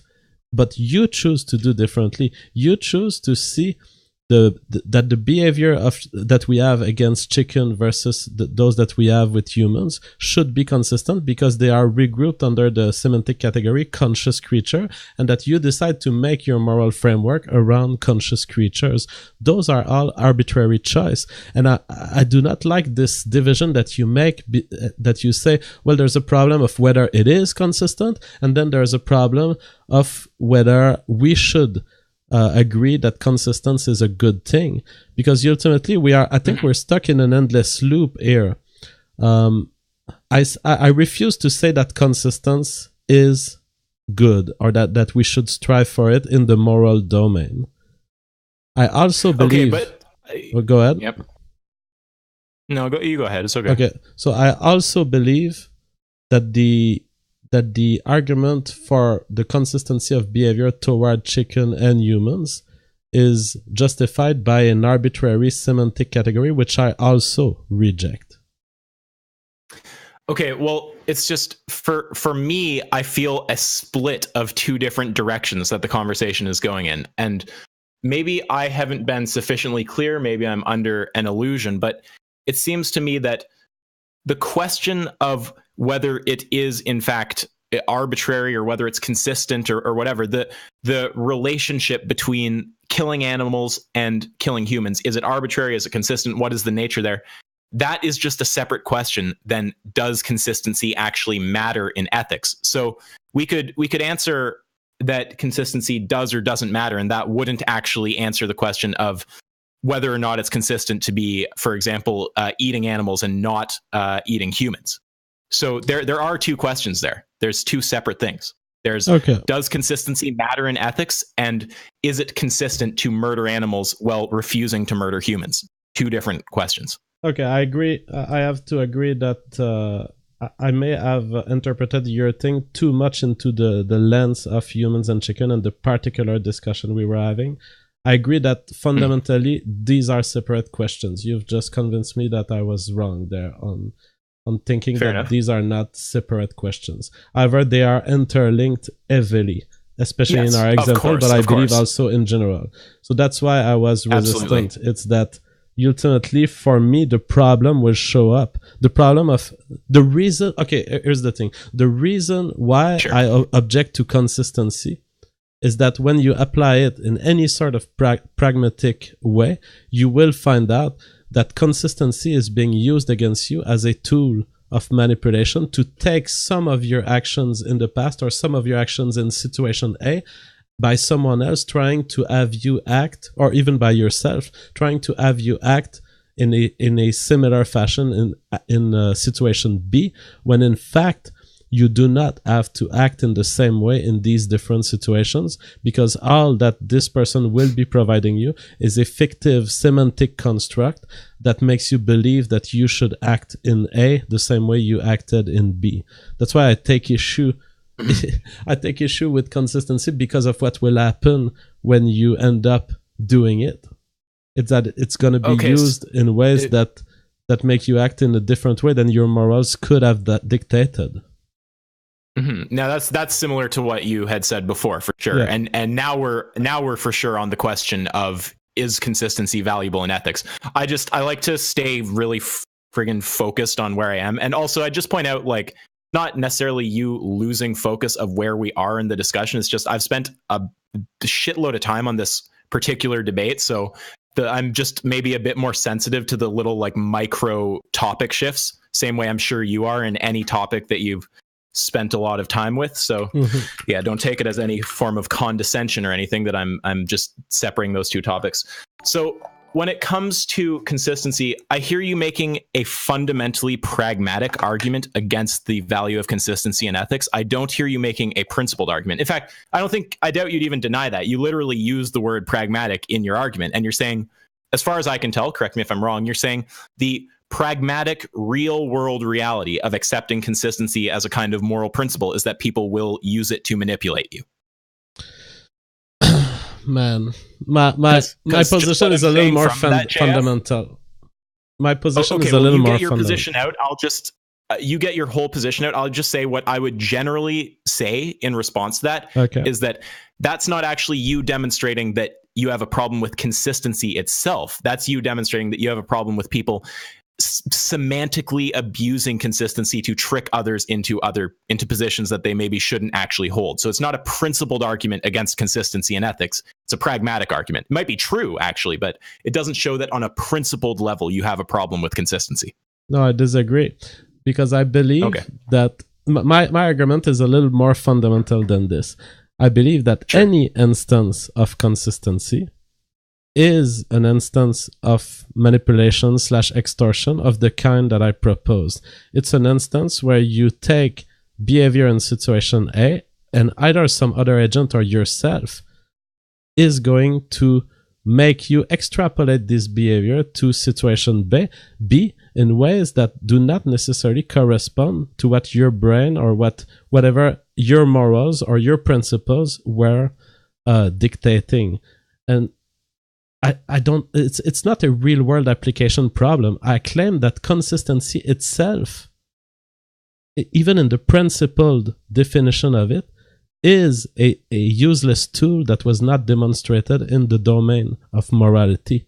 And my problem is, first and foremost, I've not even stated that argument yet, but I will state it now. My first problem with it is that I do not have a good reason to adhere to it. I've not been presented with any argument that consistency across situations would be morally good. And then I take the further issue, which is that even if we were to find that it is good, we would not agree on how to define our semantic world in a way that imposes consequences A, B, C on the agent that we're trying to convince of some moral good. And so I take issue both with the fundamental level, which is I did not hear anything. Yep. Okay, and then the second is the fact that, and it's not even in practical application, it's from the simple principled fact that we're talking about moral agent that will take actions into the world based on their semantic construction of what kind of consistency they prefer and what kind of consistency they will consider and what kind they will not consider. Because in the case of, let's go back to the case of the human chicken example, there's all sorts of differences between these two species that you do not take into consideration in your moral framework when you say we should apply the same behavior to chicken that we do to humans. And so whenever you start applying that moral principle, you will find yourself with the problem that there are an infinite number of differences that you will have to ignore, and an infinite number of similarities between the two situations, which you might include as part of your definition of consistency. Okay, all right. So this is actually getting a little complicated right now. So when you're talking about my position, like, I mean, okay, I see what you're saying when you're saying you have a problem with it on a pragmatic level and a principled level. Because if you're saying, like, in pragmatic, real world kind of situation, people will use their subjective understanding of consistency to manipulate people. That is a pragmatic argument. But if you're also going to say there is something fundamentally wrong with consistency in all ethical situations, that is for sure a principled argument. So, and then when it comes to my position and that I'm not taking the differences into account, and that my form of consistency or my notion of what is consistent treatment is therefore flawed, I actually would reject that. And that kind of makes me want to accept, for the sake of argument, accept moral consistency and talk about whether it is in fact consistent to be murdering animals and not murdering humans. So that is a direction that I would propose moving in right now. Then we can come back after we determine whether it is in fact consistent or not, then maybe come back to the question of whether consistency in ethics matters. Because, okay, sorry, just when I hear you responding, I keep hearing you also slip in the notion that it's not deceptively, just like it's coming in what you're saying, that it's even if consistency does matter, that it's not necessarily inconsistent to be murdering animals and not murdering humans. So I guess that's just making me want to move to the question of whether it's consistent or not from some kind of like general objective framework. As opposed to whether consistency. Yeah. Okay. So we can all that's important for me is that we plant a flag here, and I've stated, yes, I disagree with consistency in moral framework. I presented reasons, yes, why eventually that would be a problem. Let's plant a flag. You disagree with me. Is it the case? You disagree? You believe that consistency is absolutely okay? Oh yeah, well, no, I totally disagree. Let's plant it here and let's move on. Yes. Yeah, I totally agree with planting a flag. That's kind of what I was trying to suggest. We should come back to this, but it's just because when I hear you respond every time, and then somewhere in your response is the notion that, and by the way, it's not consistent, or it's not necessarily inconsistent to be murdering those animals and killing the humans. It drives me over to that question. So okay. With consistency in place, for the sake of argument, we flagged the question of consistency. We'll come back to it, but it's in place right now just for the purpose of discussion. I think there's no way to argue that it's consistent to be the way that we're treating animals alongside how we're treating humans. So I would put the question that I put to you initially back to you again. I'd say, you're saying it's okay to murder animals. You're saying it's not okay to murder humans. So implicit in there is that there is some distinction between the two that justifies it in the animal context. So if you can spell out whatever that distinction is, then it should justify murdering a human if we apply that distinction to the human. So if you're going to say, for example, it's not inconsistent to murder animals, or it's not inconsistent to murder animals and refuse to murder humans because animals are less intelligent, then to find out if that's consistent, we'd ask, okay, well, if intelligence really is the justifying factor here, then a less intelligent human, is it now okay to murder the human? If you say no, then it's not intelligence per se. So what exactly is the difference there that justifies the difference of treatment? I think there's a number of differences. First, I don't think that killing humans is always wrong. So that's the first thing. I don't either. I don't either. We're talking, but generally speaking, murdering a human for no good reason, we both, I'm sure, agree is wrong. But see, that's the problem. And that's why I want to pick this apart, because that will lead to problems later. So the first thing I've established is sometimes I think that killing humans is a good idea. So let's go through. Let's go through the some reasons. So first, there are humans who are suffering so much that they would want to die. So euthanasia stuff. Second, there are humans who are dangerous to you, and you have to commit acts of self-defense. Second. Totally. Third, which is also under the umbrella of self-defense, military interventions. Sometimes Totally. I rarely like them, but sometimes I guess there are fictive situations that I can imagine where it's justified. Okay, so the reason why it is wrong to kill a human other than in these situations with no reason is that human may have desired to continue to live. One, I know that's not a difference with chicken, but let's go through it. Yes. Okay. So that's I'm not glad you're keeping the question in your mind, because that's what I was about to say. The chicken has a desire to live. And then the second thing is that humans, they may have family relationships of people who will be alive and who will have disagreed to that action. So 2, the non-consent of family members.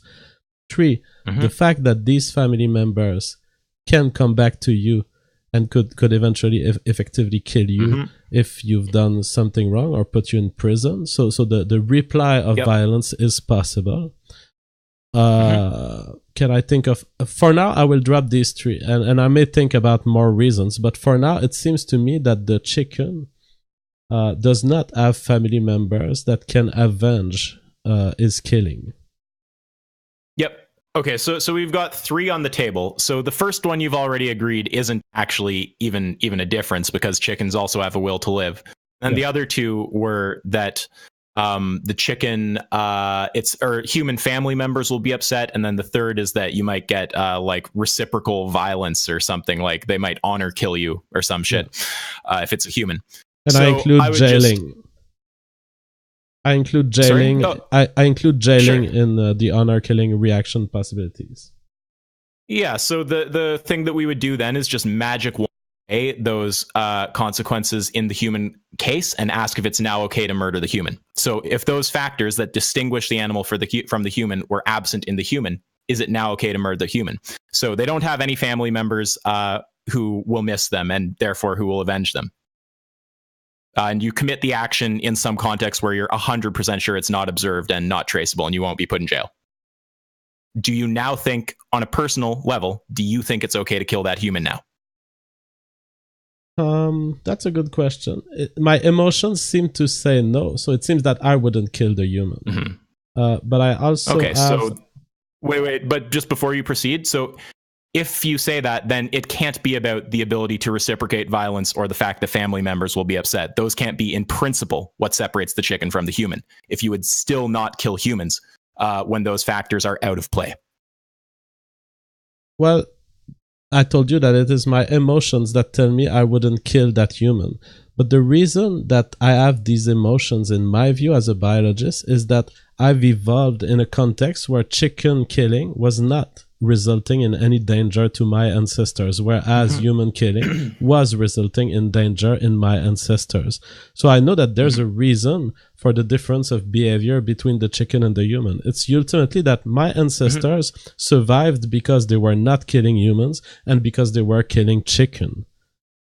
Okay, now I'm not accusing you of gish galloping when you say that, but that is going to a different point, right? That's going to the fact that there's an adaptive function to not murdering members of your group, and that's why we've in a descriptive sense, that's why we have the morality we have. So I'd like to address that, but that's not defending the initial statement, right? So if that, it still isn't the case all of a sudden that the fundamental distinguishing factor can be the fact that they have a family who will be upset or avenge them. If you wouldn't kill a human, even if those factors are taken out of play. So what you've just brought up, we can totally go to whether adaptive function should be what determines our morality, but that's separate than what you had just said before, which is that the distinguishing factor is will to live, which we took off the table, and the family's sadness and the family potentially coming back to bite you in the ass. We took all those off the table, and you still said it's wrong to kill the human. No, I didn't say it's, I didn't say it's wrong. Yeah, it's very different. I know, sorry. You mean that when I'm saying wrong in the context of this conversation, JF, we hold the same ethical position. Neither of us are moral objectivists. So you can just assume I'm speaking about what you personally believe, unless otherwise stated. But that's the problem where and that's an inconsistency that I perceive in your discourse at this point. I'm sure it's not deceptive and not intentional, but let me ask you about this. You keep saying that you're a moral nihilist like me. Is that correct? In an ontological sense, I am. Okay. But on the other end, you are talking about principled meta-ethics frameworks being identifying things as good and bad, and it doesn't seem like you follow me when I talk of a descriptive framework, when I say, well, I wouldn't kill the guy, but that's not because I make any statement about the fact that we shouldn't kill the guy. I'm saying I'm just a product of evolution of people who didn't kill the guy for no reason, and so I won't kill the guy either. It seems that there's a distance between what I say and what you're trying to make me say. I don't have principled moral frameworks. I'm a biological being with a penis and legs and a head, and I act in the world in the way. To me, my morals is something you can describe. It is just a bunch of networks in my brain. You're trying to pull principled frameworks out of me. I don't have any. Wait, but no. I think maybe this is my fault for lack of clarity, but I have beliefs about how morality should be in the world, and we share at least some of those beliefs. We think that you shouldn't just arbitrarily murder people, for example, or arbitrarily rape an infant. I mean, like, how basic do I have to get? I don't know, but we'll agree at some point that there's basic moral positions that we agree with. The fact that you have that position, or I have that position, it doesn't mean that either of us are trying to say that it's some ontologically objective fact about the nature of reality, or just saying that's our position. So when I'm arguing for veganism, I'm arguing that it follows logically from the morality that you already have on the table. I'm not arguing anything to do with moral ontology or that it's intrinsically wrong or something like this. I'm saying it follows from your position. And I'd also just point out, I'm sure you're aware of this, but this has now veered in a different direction than the kind of line of questioning we were just on, which is, what is the difference? And you put out 3 differences. I won't recap them all, but we took all 3 off the table. You still said it's wrong to murder the human. And the only other one I heard you put up was adaptive. I mean, I said I wouldn't kill the human. It's different from saying it's wrong to kill the human. Okay, but Jeff, you personally, you believe it would be a wrong thing for you to do with your moral sense. But wait, right now, this is just kind of like semantic, though, because I'm not talking about morality in some ontological sense. I'm literally just using wrong to mean what JF believes is a bad action. Sure, we can get technical, and you can say, well, technically good and bad. It's an action I wouldn't do. Exactly. That's all I'm saying. It's an action I wouldn't do. Okay, why wouldn't you do it? Because my ancestors evolved to be that way, and they successfully breeded into me. And there were other human beings on Earth, and they were killing the guy. They didn't care. And these people did not leave as many babies as my ancestor. And the reason I exist today is that those people who weren't doing these random killings survived more than those who were engaging in them. Yeah, so I understand that, like, in a descriptive sense, your beliefs come from some combination of evolution, civilization, conversations about ethics with people. But I mean, see, now it's weird because now we're veering a bit back into that, like, should consistency matter in ethics? Because, I mean, you're trying to kind of, in my view, have your cake and eat it too. You're trying to say, morality doesn't exist. I don't hold any moral beliefs. But then you're saying, I do want to live in a society where we don't all murder each other. And even though I won't actually say that I consider it wrong, I don't want to be murdered or murder anybody. I mean, I would just say, we're in a world, everyone has their preferences, and you don't want people to just be able to justify whatever actions they do by saying, oh, I've evolved to be this way, or, oh, it's my preference. I mean, you expect like some level of rationale for the actions that people are taking. I'm going to be honest. I mean, you're a super intelligent guy, but I think you're walking along blurry lines of not being a moral nihilist. I think that a true moral nihilist would not be using the language you just used. I don't know if you're committing an error. Jeff, here's an easy way to put it. It's possible for subjective beliefs to be objectively contradictory with one another. So you could hold two subjective beliefs, like green is my favorite color and green isn't my favorite color. Both of those things are fundamentally subjective, but they contradict each other. So when I'm pointing to the fact that they're objectively contradictory, or that there's some kind of inconsistency in the position, I think that maybe, you correct me if I'm wrong, but I think that maybe you're interpreting that as me trying to correct you with reference to some like ontologically objective moral framework. And that's not what I'm trying to do. I'm just saying I think that your beliefs here are conflicting with each other. The problem with the consistency thing is that you took an example with color where the statements are logically inconsistent. First, they assume that there's a person. So you said my favorite color is green, and my favorite color isn't green. So first, this assumes the existence of a person. That person is in the same situation when she states these two sentences, but she might be in situations where actually, let's say that you're talking about the car that you like. Well, my favorite color for a car is green, but my favorite color for an egg is not green. But Jeff, you're just adding like situational variables that make it not a contradiction. You're just being like, oh well, what if she's saying the green is her favorite color for a car but not for a bike? But that's my point. In reality, there's not two actions that will ever happen in the same universe, because you're always in a state of a different universe. There are always differences in the situation that you can invoke. And if you want to hold me to the fact that I don't kill humans, and you want to argue that because I don't kill humans, I shouldn't kill chicken, you're gonna have to show me that it's the exact same situation, or else I'm gonna magnet my mind to any difference I can find between humans and chicken, and God knows there's a million of them. And the ensemble of all those differences are equally good to justify my action of killing chicken than they are at justifying your belief that we shouldn't kill chicken. Okay, well, the question is, what is the difference? And if it were applied to you, is it now okay to murder JF? So I heard you name 3 so far, and we took all of those off the table. So maybe I've fallen off track here, but I made a descriptive statement which you missed. The descriptive statement is as follows. I'm a human. I descend from humans who evolved to prefer not killing humans. And they also evolved to prefer killing chicken. So today, I don't kill humans and I kill chicken.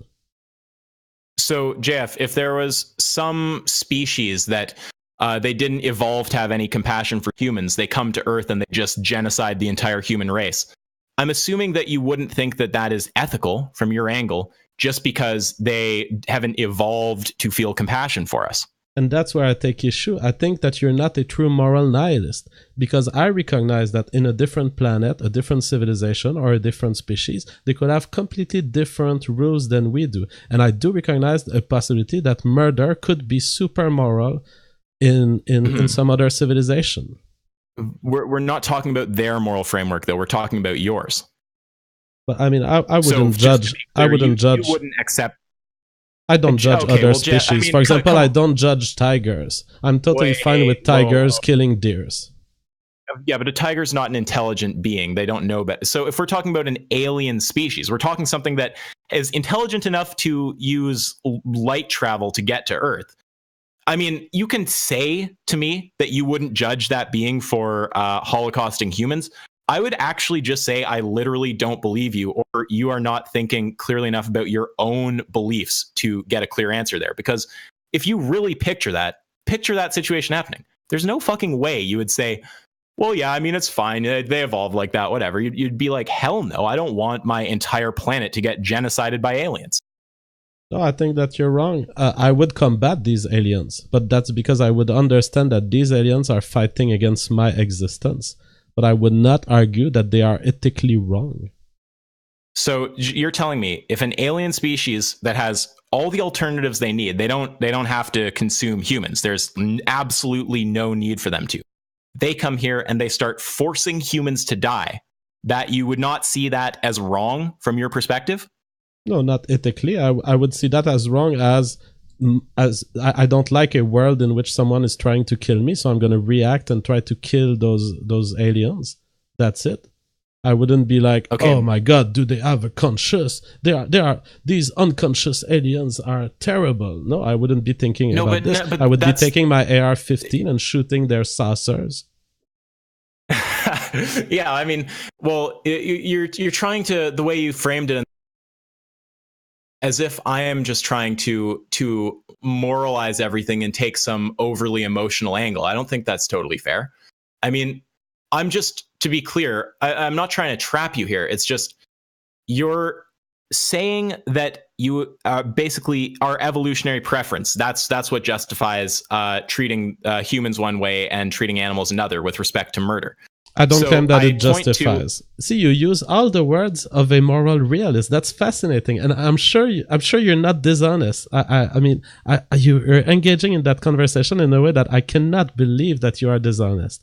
You are an honest guy, but you are using the words of a moral nihilist. I do not claim that my past, the past of my ancestor, justifies.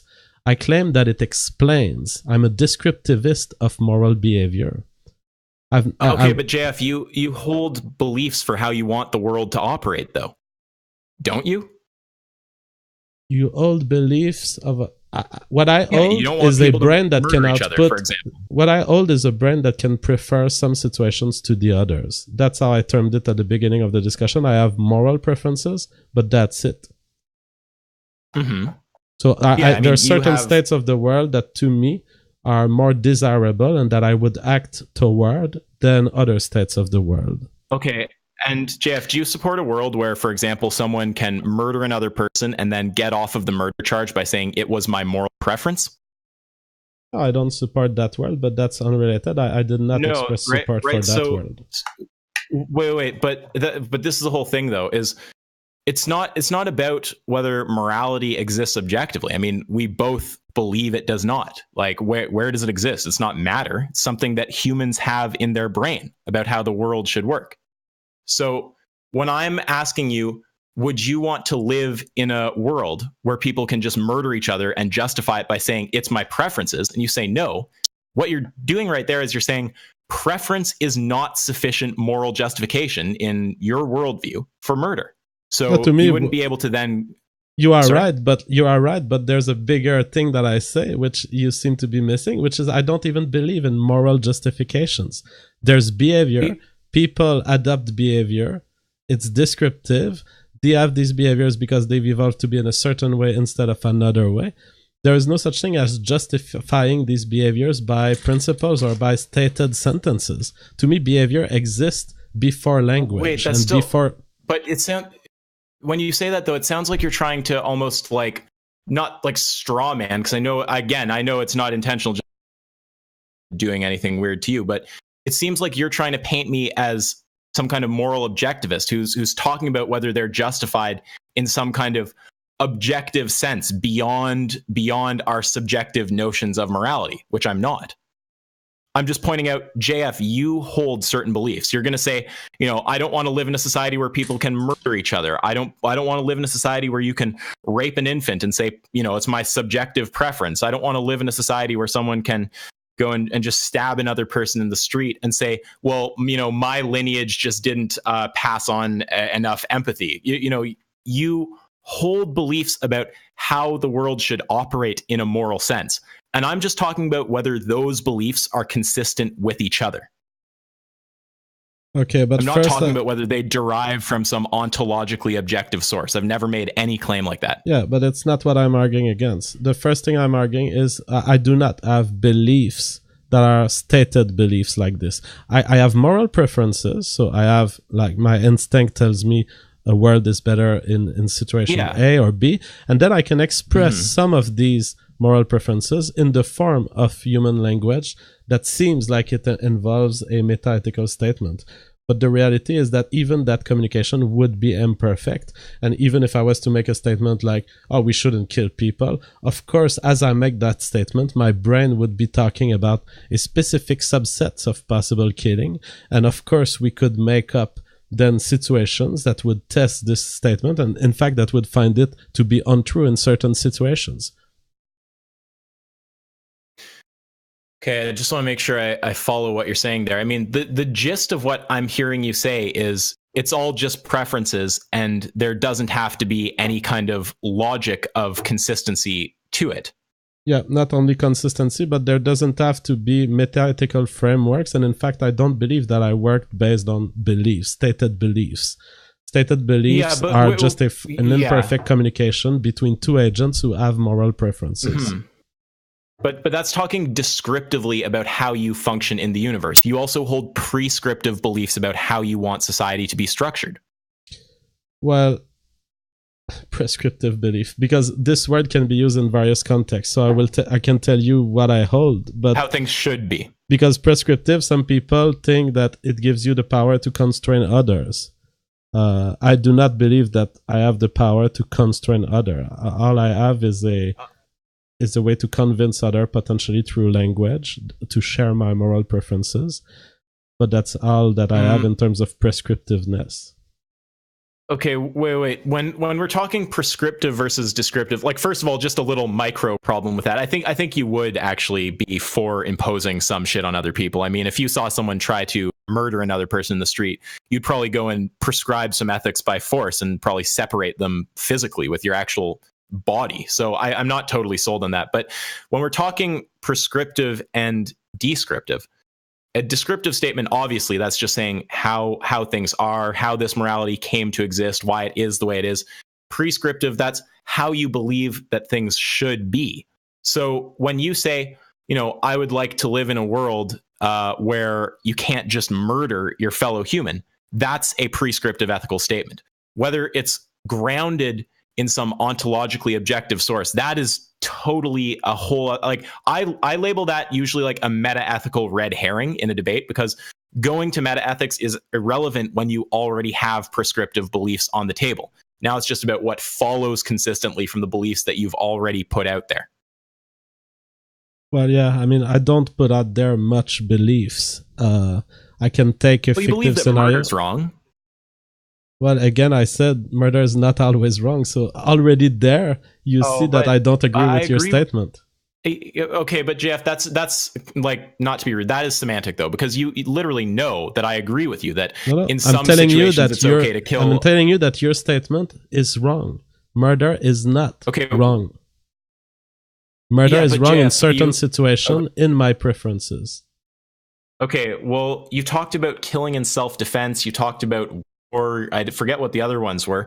I mean, there's one angle I could take to that, which is say those things aren't actually murder. Those are justified killing. But I don't want to play semantics. Like, even if we say those are murder and that murder is okay in certain circumstances, then sure, obviously I would agree with that. I'm pointing out there are obviously circumstances where it's not ethical. There is an area where you're going to make a prescriptive statement. And I don't think this requires any like massive worldview shift on your part or something. Like, you understand morality doesn't exist objectively, but you hold moral preferences about how the world should operate. And you're open to being moved on those preferences by persuasive reasoning. I'm open to listening to sentences by other and have it change my actions. Yes, but I will do that with the devices that have evolved in my brain to process human language and in fact to be doubting most of the things that people tell me. And I'll try to persuade you with the same, mental devices in my head. But all I'm saying is, when we're making this descriptive, prescriptive separation, it's like the prescriptive beliefs, I'm just talking about that domain of actions that you consider right or wrong. But I know if I use those words, you'll kind of harp semantically on the words. So I'm just saying the actions that you personally approve of or don't approve of, if you'd rather I put it like that. Even approve as an authoritarian meaning for a kind of extremist of moral nihilism and libertarianism. I'm not a utilitarian, but... Oh, no, I'm not saying you go are. ahead, I'm saying even the word approve, I don't like it. That's why I say preferences. That is, in a situation, there are actions that I would do, and there are actions that I wouldn't do. And you can call the actions that I would do my preference. But Jeff, how can you disagree with the word approve when, like, I mean, like, let's just take an example. Do you approve of me going and just punching a child in the head? I don't like it. So that if that's what you mean, I don't approve it. No. Yeah. So, I mean, if you're going to say, like, you'll acknowledge that you don't approve of certain things, that's the domain of prescriptive ethics. That's what we're talking about. Okay. It doesn't have to derive from some ontologically objective source or come up against, ontological nihilism, which is obviously true. It's just that my problem with approve that it gives a value of often that is often limited to controlling others. So approve often means, okay, I control this other person and I'm fine not intervening if he does A, B, C, but I disapprove or I would intervene if he does D, E, F. That's the problem. I do not think that my approval of anything should be listened by anyone.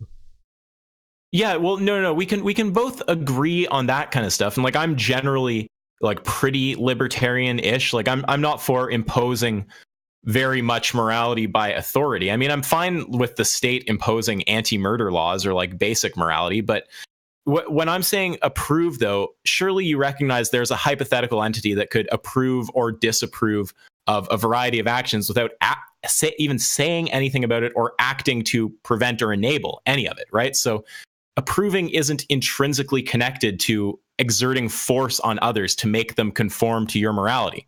Approving is just something you either do or don't. Pardon me? Yeah, you're right. It doesn't necessarily imply it. I just don't like the word because some people think of it that way. Or in some situations, they use it in that way. So that's why I say preferences. I have preferences, and there are actions that I would do, and there are actions I wouldn't do.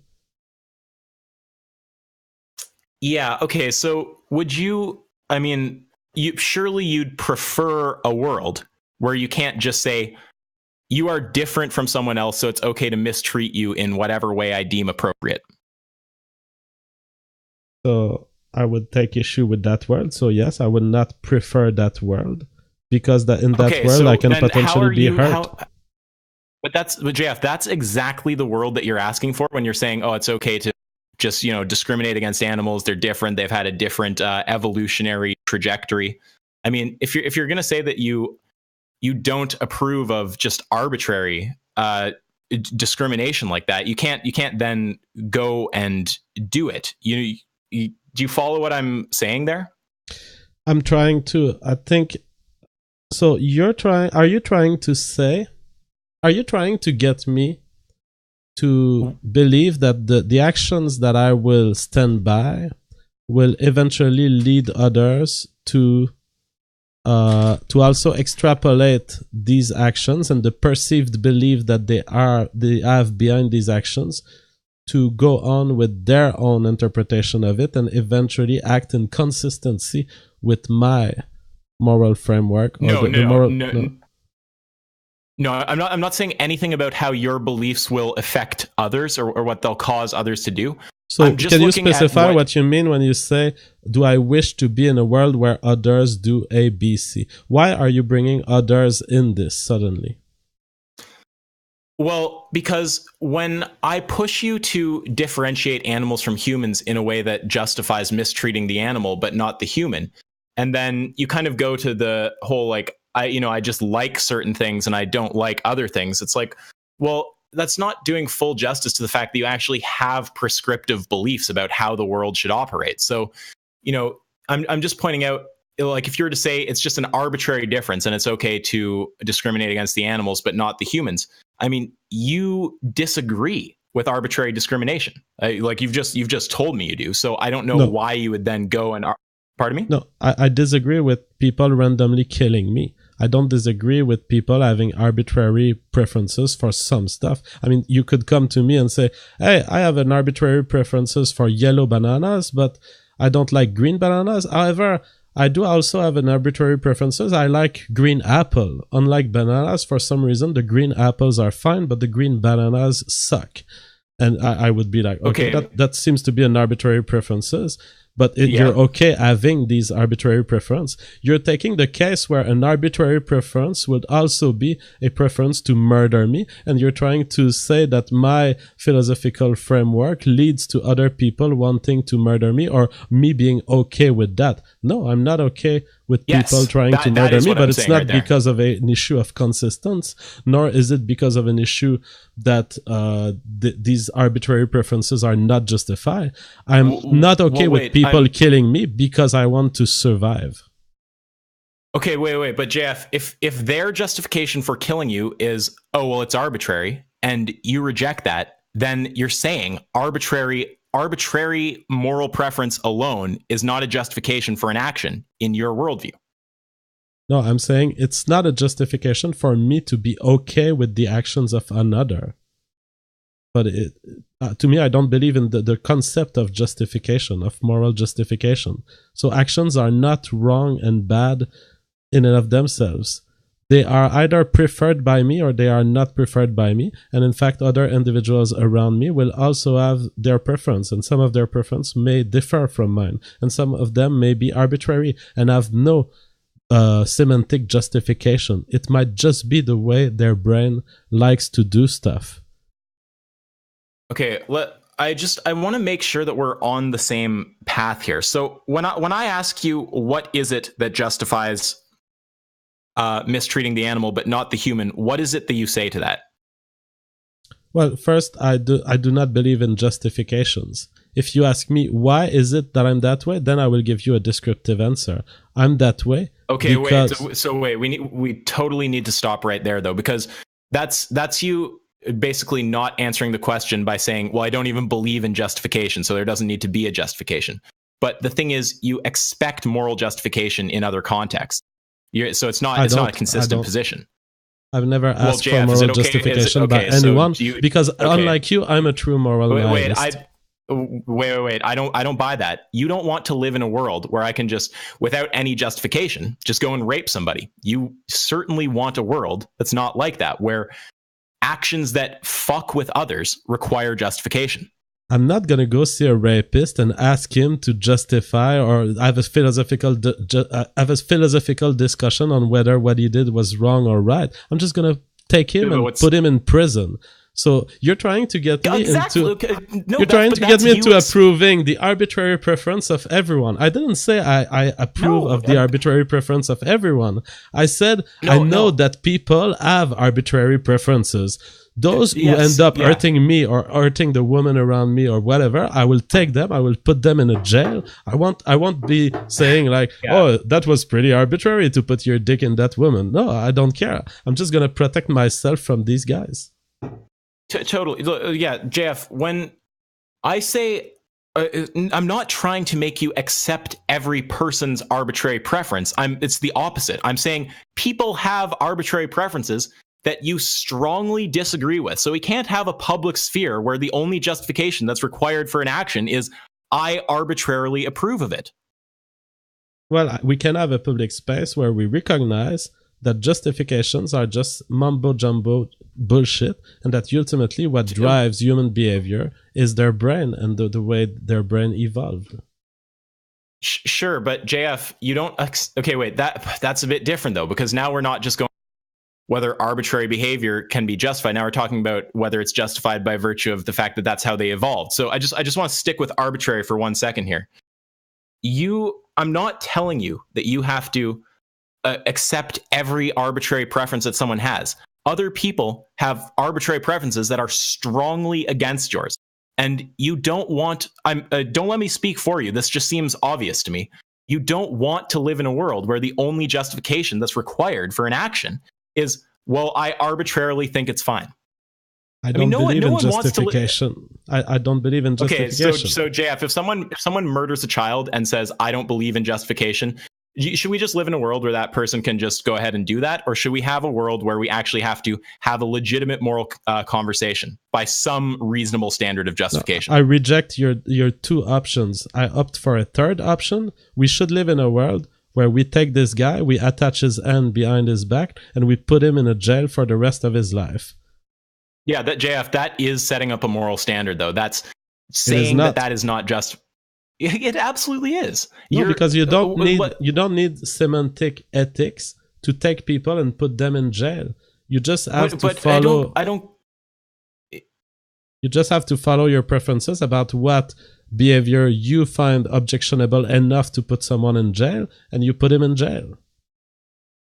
Wait, but JF, when we're talking about actually, look, if someone says that they have a preference to rape an infant, and then they go and commit that action, or they want to go commit that action, you don't think, when I'm talking justified, again, it's like it's this, you keep going to moral ontology, and that's the word justification. I'm talking about justification in a sense of, would you accept it? Would you want to live in a world where this is the standard of reasoning that's necessary for a belief to be appropriate?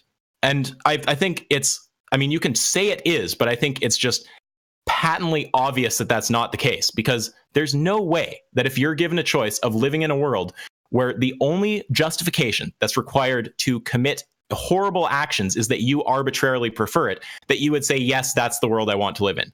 Why? You wouldn't want that. You'd want to live where we have some reasonable laws, and where if someone is going to do something that's highly morally questionable, that they actually have to present some kind of rationale for it.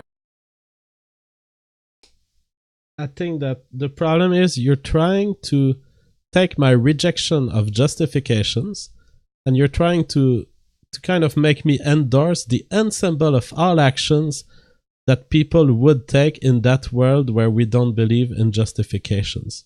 But sorry. I'm not saying you should actually subjectively accept them. I'm saying you wouldn't. I'm saying precisely the opposite, that you wouldn't approve of them.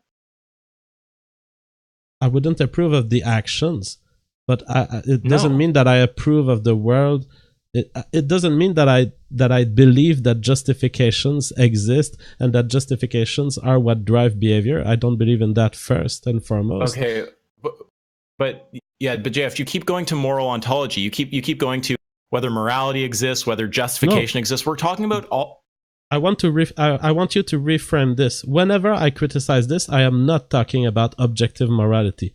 I'm talking about the fact that people in their brain, physically, as agent, they have little sentences, okay? But they also have neurons that will make them act in certain ways. What I'm saying is that the part of their brain that makes the semantics, that makes what I call the mumbo-jumbo of morality, okay, all these explanations like, oh, killing is wrong or rape is bad, these are just arbitrary symbols lined with one another. R-A-P-E space, I-S space, B-A-D, exclamation mark. These are symbols, okay?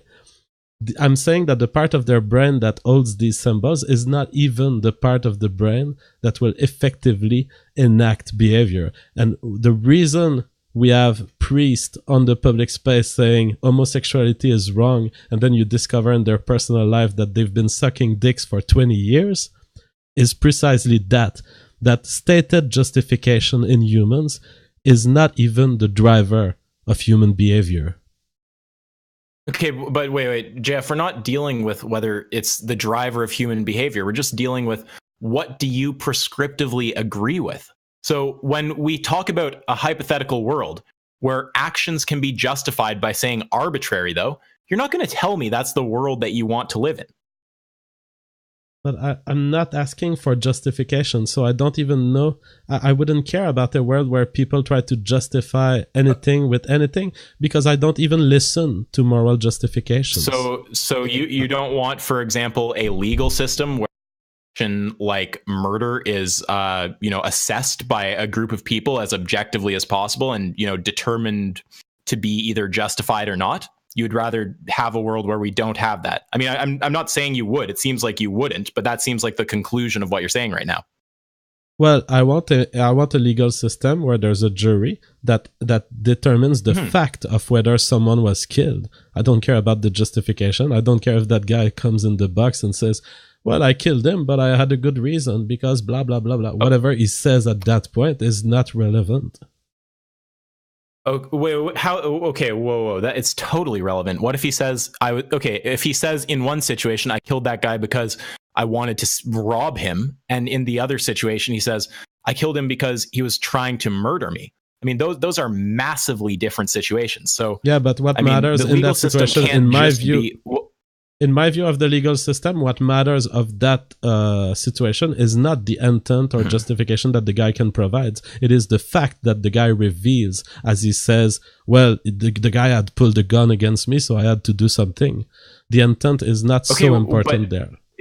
But Jeff, implicit in what you're saying, though, is that you would want a society where we look at why things happen, and some reasons for things happening are valid justifications and others aren't. So if someone says, he pulled a gun on me and I shot him, that in that legal system, you'd think that's a valid justification.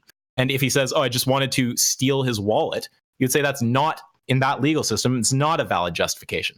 So implicit in everything you're saying is that there should be some, basic criterion for what is justified when it comes to killing.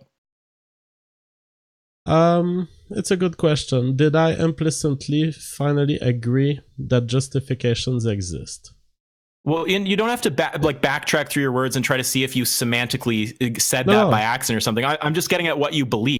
No, I'm engaging in the real process here, but I just have to give the thought a few minutes. Is what I'm saying implicitly making that case? I'm genuinely asking myself. So I stated. Okay. I thought maybe you thought I was trying to send you on a little loop through your. You are claiming that by accepting a legal system that looks into the reasons for actions, I have implicitly accepted that justifications were a thing. Well, and again, not a thing in an ontological sense, just something that you want a world where things have to be justified. That's one of your preferences. Okay, I will agree fundamentally that justifications exist for behavior, that there are narratives that humans can give that will lead them to an action, and that sometimes these narratives may be important to the application of the law. I agree, but I will say that most of the time, I don't believe people on their word on these justifications and intent. And in fact, I don't believe that people have access to why they do things. But yeah. Okay, yeah, totally. You don't believe in free will either, I assume. No, I don't. Yeah, okay. So we don't even disagree there. But when you're saying that you're talking about why people do things, and you're talking about justifications as in what they express, but when it comes to the legal system, the justification, what the person expresses, is only part of what we take into consideration, right? When I'm using justification, I am talking about the whole reality of the situation as it unfolded. I mean, if someone's justification is they felt threatened, and then an objective analysis of the situation reveals that there is no basis for them feeling threatened, well, then their personal little justification doesn't fucking matter. But we're still working in a framework where things either are or aren't justified. So I'm not like pushing back hard there. I'm just making the case, or the point, that when I'm talking about justification, I'm talking about whether the whole set of actions is justified. I'm not just talking about what they express verbally. But I'm afraid it's a little point, but it's worth mentioning. I'm afraid that although we've had the micro example of a legal case, and where I've agreed that we could care about what the intentions were at every step in time, and we could care about what justified an action, I'm afraid that you will have difficulties extrapolating this to your more general questions about, do I want to live in a world where people can justify things arbitrarily? Well, yeah, that's where we need to go now. Okay, so can you state your question so that I can think about it and answer?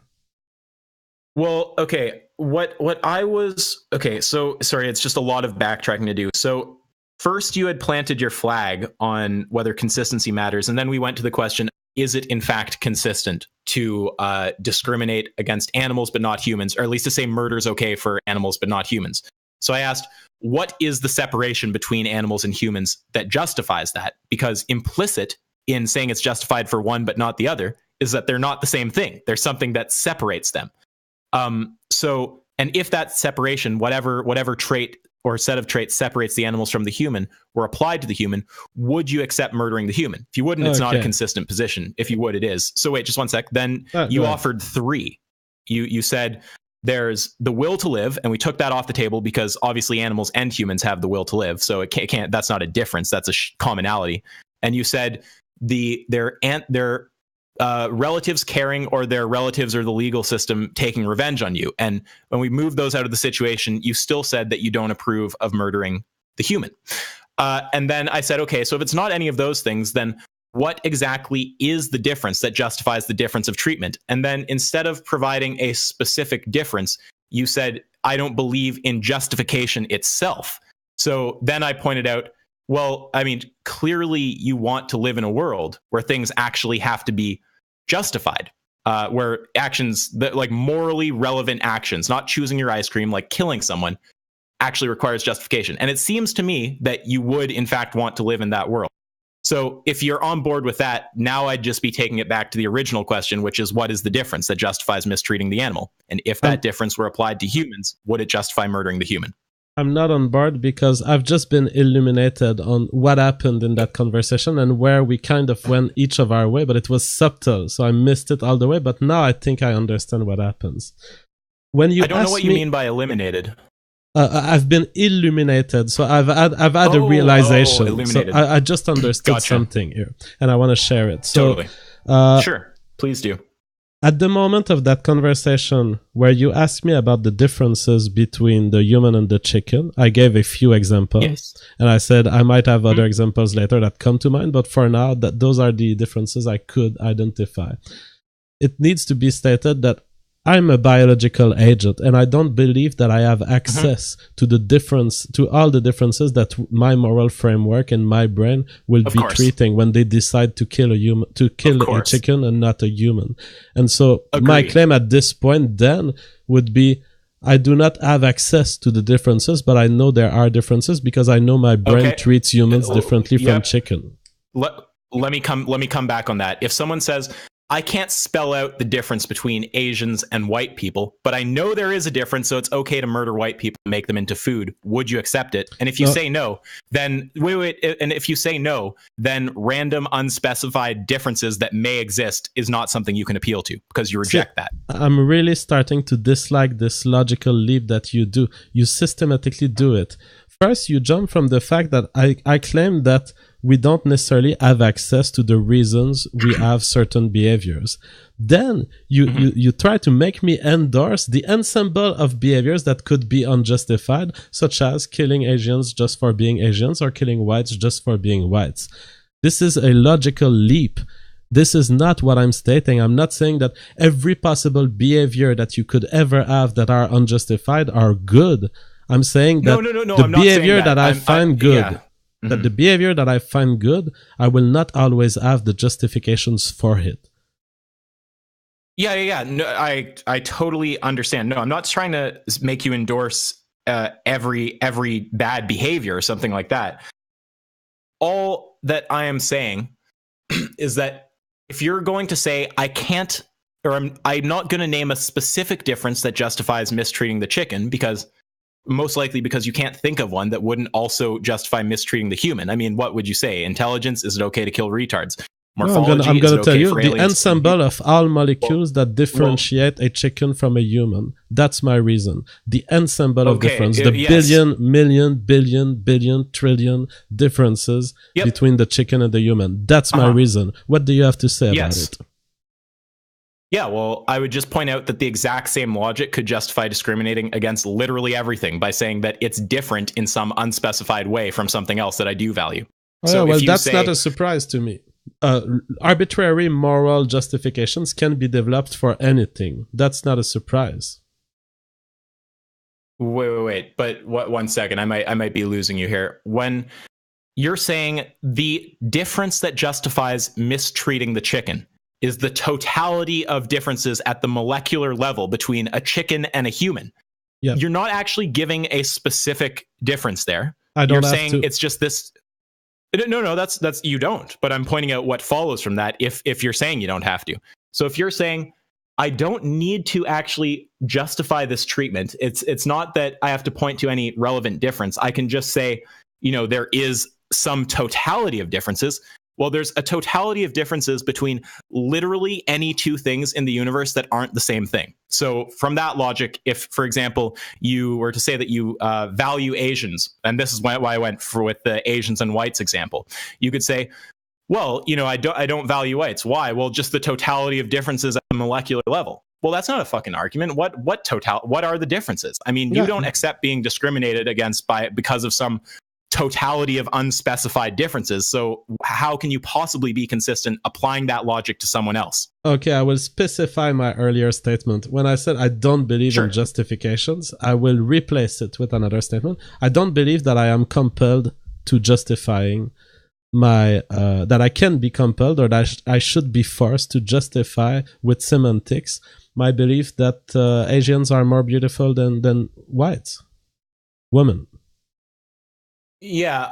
Okay. Well, compelled to defend that. I don't think you should be compelled to defend that either. So I don't know if I'm missing the point of your example. I mean, the only thing you can do is moral fag about the fact that I like the Asian pussy and that I killed the chicken. Well, no. But it's not. Those are kind of not the same, right? And I if you want to make an analogy that's a bit closer, I'll totally accept it. But the preference for like your sexual preference, that doesn't fuck with anybody. The killing of a sentient being, that does. So I would, I want to live in a world where people actually have to justify actions like killing. I don't care about living in a world where someone has to justify liking Asians or liking the fucking green apples more than the red apples. So you believe that anything that impacts the existence of another human being, another living being, must be justified? Almost. I would say any action that you're taking that's going to directly interfere with another being's capacity to exist or to have a decent quality of life should be justified for sure. So does that include non-conscious being or just conscious beings? Sorry, when you say that, do you mean do non-conscious beings have to justify actions, or does doing things to non-conscious beings require justification? Yeah, doing things I don't know if you're them. looking at them as the actor or the subject. No, doing things to them. No, I don't give a fuck. If they're permanently insentient, I don't care. And to the extent that I ever would care, if you're going to say, well, Isaac, are you okay, like, having sex with the corpse of some human in the hospital? I would not say that is wrong in principle. I would just say, for similar reasons that you used earlier when trying to defend like morality specifically for humans, I'd say, well, it's just, their family's going to be upset about that. People wouldn't like it. You might get a disease. There's just, pragmatic arguments against it. It might be morally wrong for extrinsic reasons, but you're not violating that creature on an intrinsic level.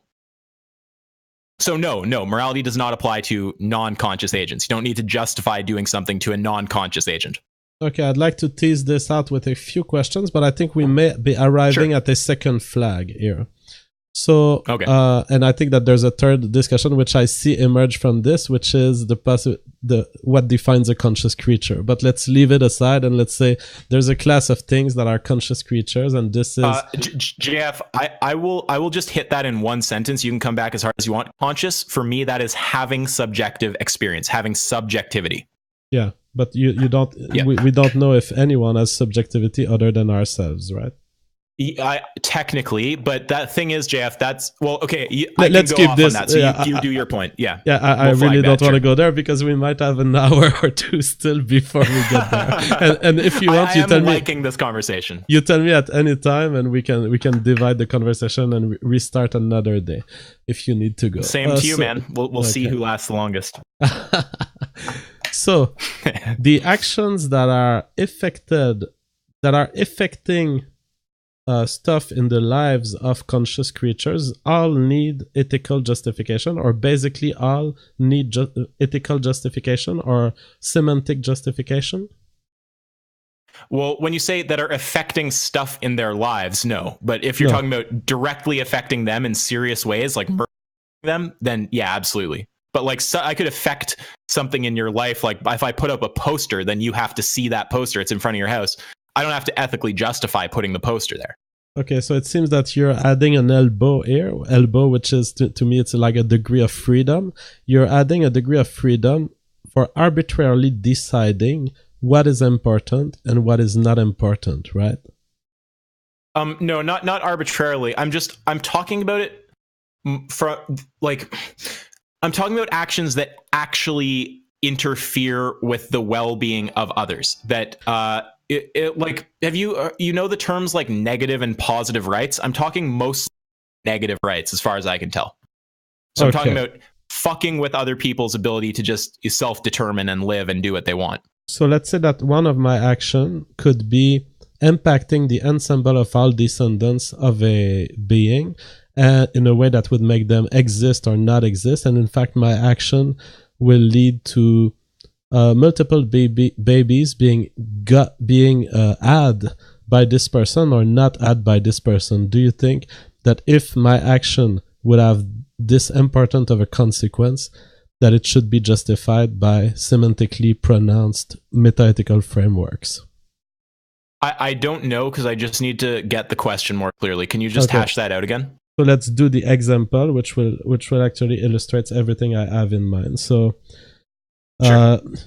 Suppose suppose I'm a guy, I like Asian women, and this leads me to fuck multiple Asian women constantly and prefer them to white women. Because of my preference for Asians, I will eventually spend my whole life fucking a total of 150 Asians, 4 of which with whom I will marry and eventually divorce, which will result in a total of 9 babies. All of this just because I like Asians. Should I have a justification stated in English format for liking Asians, or is it okay to just follow my instinct? Is it okay for you to follow your instinct and like them, or to have a bunch of kids and then leave the kids? I'm sorry if I'm having a bit of trouble wrapping my head around it. The okay, let's remove the fact that the kids will be fatherless, but let's take just one woman then, and let's say that it's a happy family and that it's gonna be all positive for the kids. But in effect, I've let my decision make a line of descent exists instead of another line of descent, which could have been white kids. Do I have to justify my liking of Asian women if it leads to an entire family of white people not existing?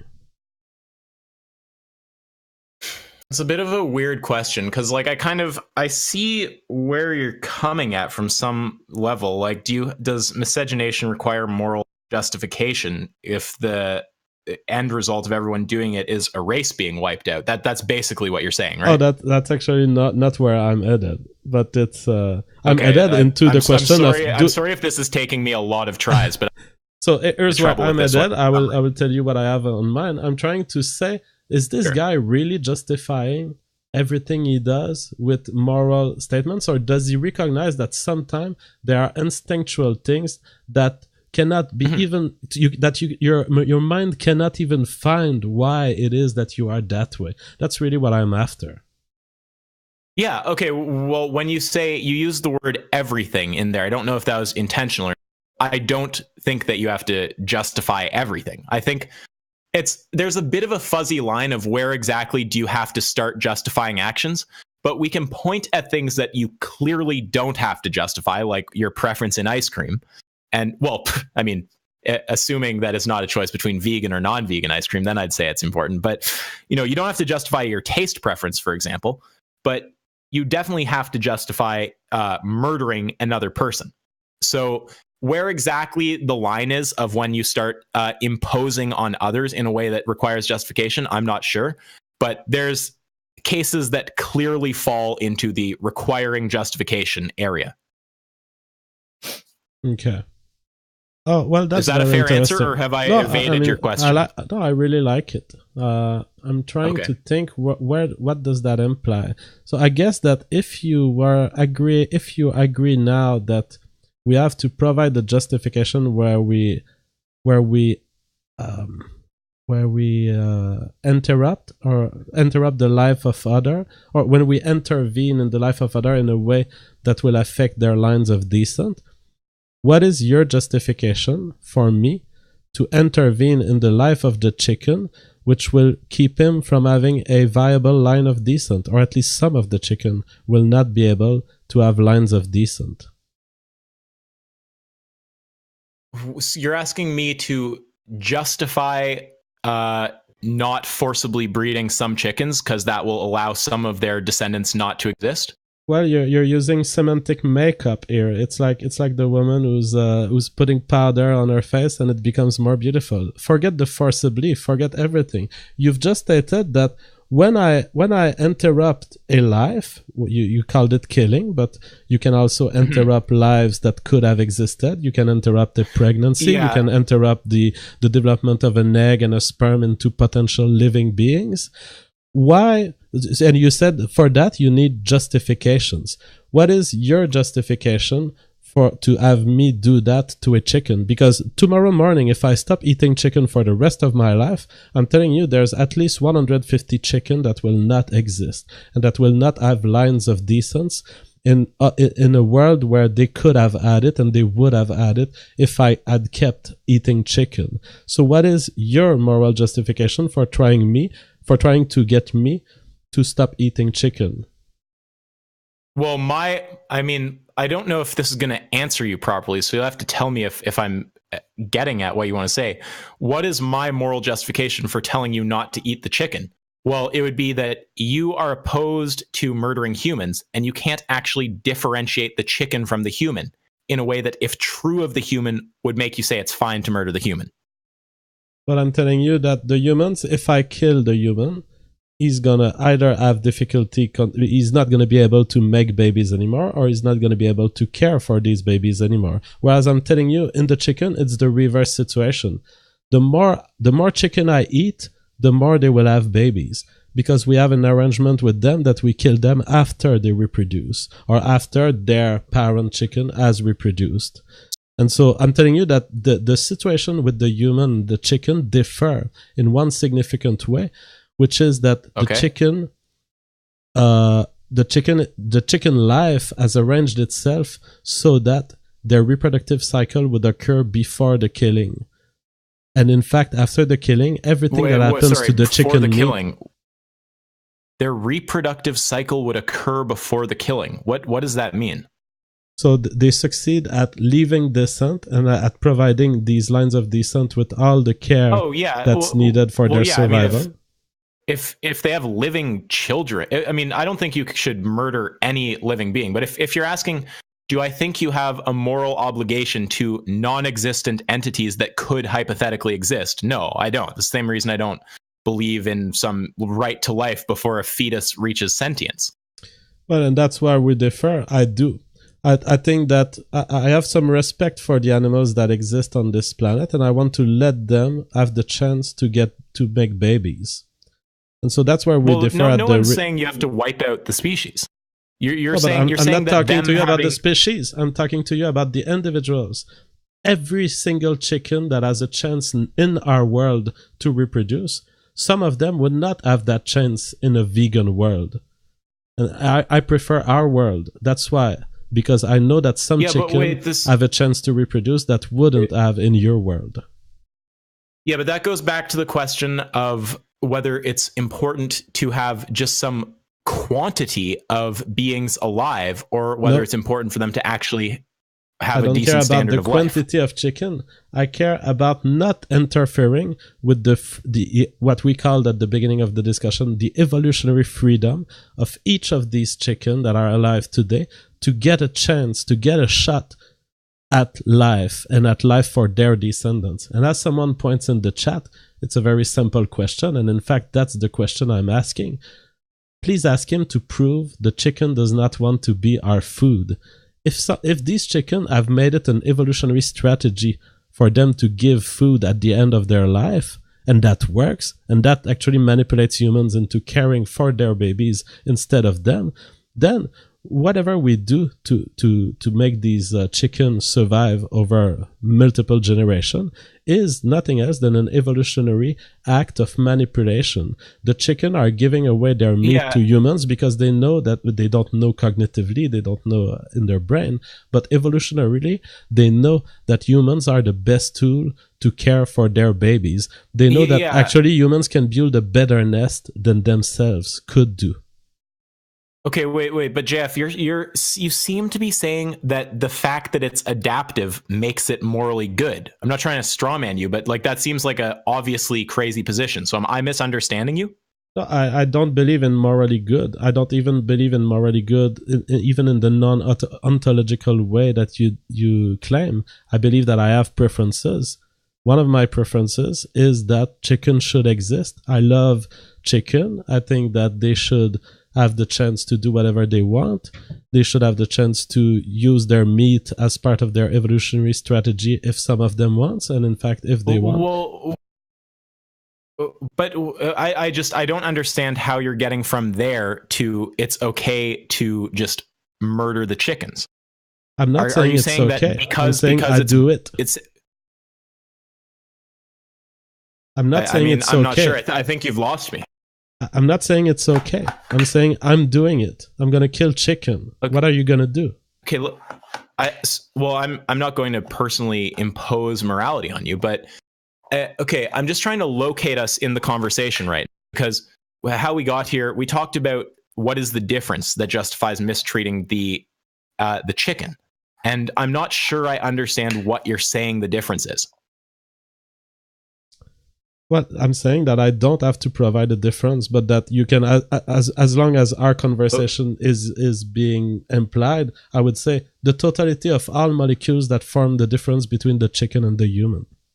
And the interaction of these molecules with my eyes and the electrical impulses that then my eyes generate in my brain, which lead to me to taking the knife and cutting that chicken head.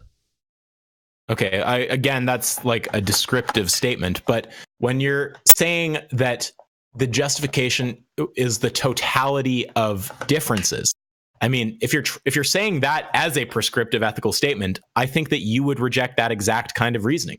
Do you think it's okay to say, well, I value this person over here, and I can't actually think of any difference at all between JF and that person that would actually justify murdering that person if it were true of them instead of JF?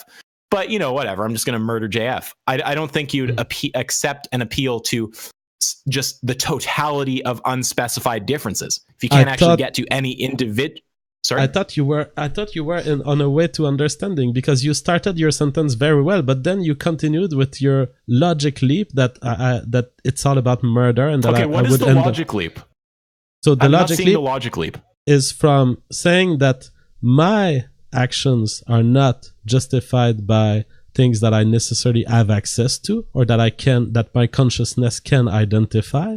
One, you jump from there and you say, well, then if someone else comes and murders someone based on things that he cannot justify, you will also be agreeing with him or with the murderer.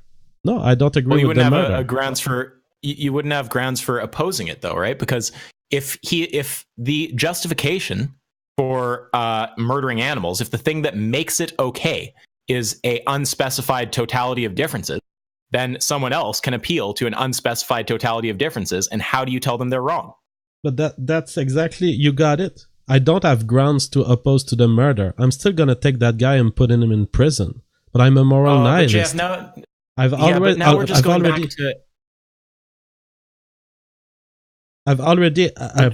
acknowledged that I do not have grounds to prefer non-murderers over murderers. It's just the way I am, and I evolved to be that way. Yeah, of course. Like we both on an ontological level are nihilists, but when it comes to how we want to build society, it sounds pretty fucking obvious to me that you are not a nihilist. I mean, you want a legal system.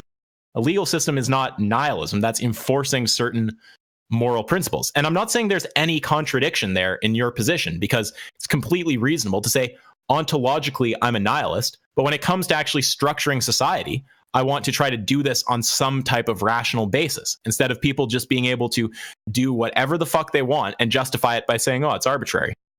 So let's not confuse many things here. First, I want a legal system that protects me from people who could do bad action for me. I want that legal systems to work, to use semantic systems such that it doesn't end up putting people in jail who are not dangerous for me or who did not commit the crime.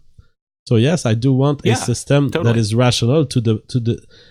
I want it to be rational because I want it to go to the truth of the matter. I don't want the system to. What? Yeah, go ahead. So sorry, I didn't mean to cut you off. It's this stupid headphones. I can't always tell when you're talking. I'm just pointing out though that in that system, in your system that you'd want in a hypothetical world, you can't justify murder by just saying, well, I felt like it. It's arbitrary. It doesn't matter. I mean, if the system just listens to that as a justification, then there's no fucking point in the system because you can just justify anything. But are you talking about the murder of a human? Now, I'll talk about the murder of a human just because I want to get you to agree here. So yeah, for sure, the murder of a human. So your statement is you don't want a system in which someone can get away with murder without justification. Therefore, the elimination of any living creature should be justified. Well, let me just think about how you phrase that for a second. Okay. You're saying that you want a world where morally relevant actions, at least, like if murdering, have to be justified. So if I would hold the position that you have to extend that to animals, and I'd make that argument on the basis that there's no relevant difference. So if you were to accept, for example, that once you accept that you need to justify some certain moral actions, like you have to justify, for example, murdering someone. I'm just using that because it's an obvious thing that we hopefully are going to be on the same page about. You know, if you're going to murder someone, there's got to be some kind of reasoning for it, or you should be put in jail because you're just a threat and you're dangerous and you shouldn't be allowed to roam the streets. So if you have to justify that action, then I'm saying, what is the difference between the animals and the humans that causes you to just be able to murder the animals? Well, without you can just say arbitrary, though.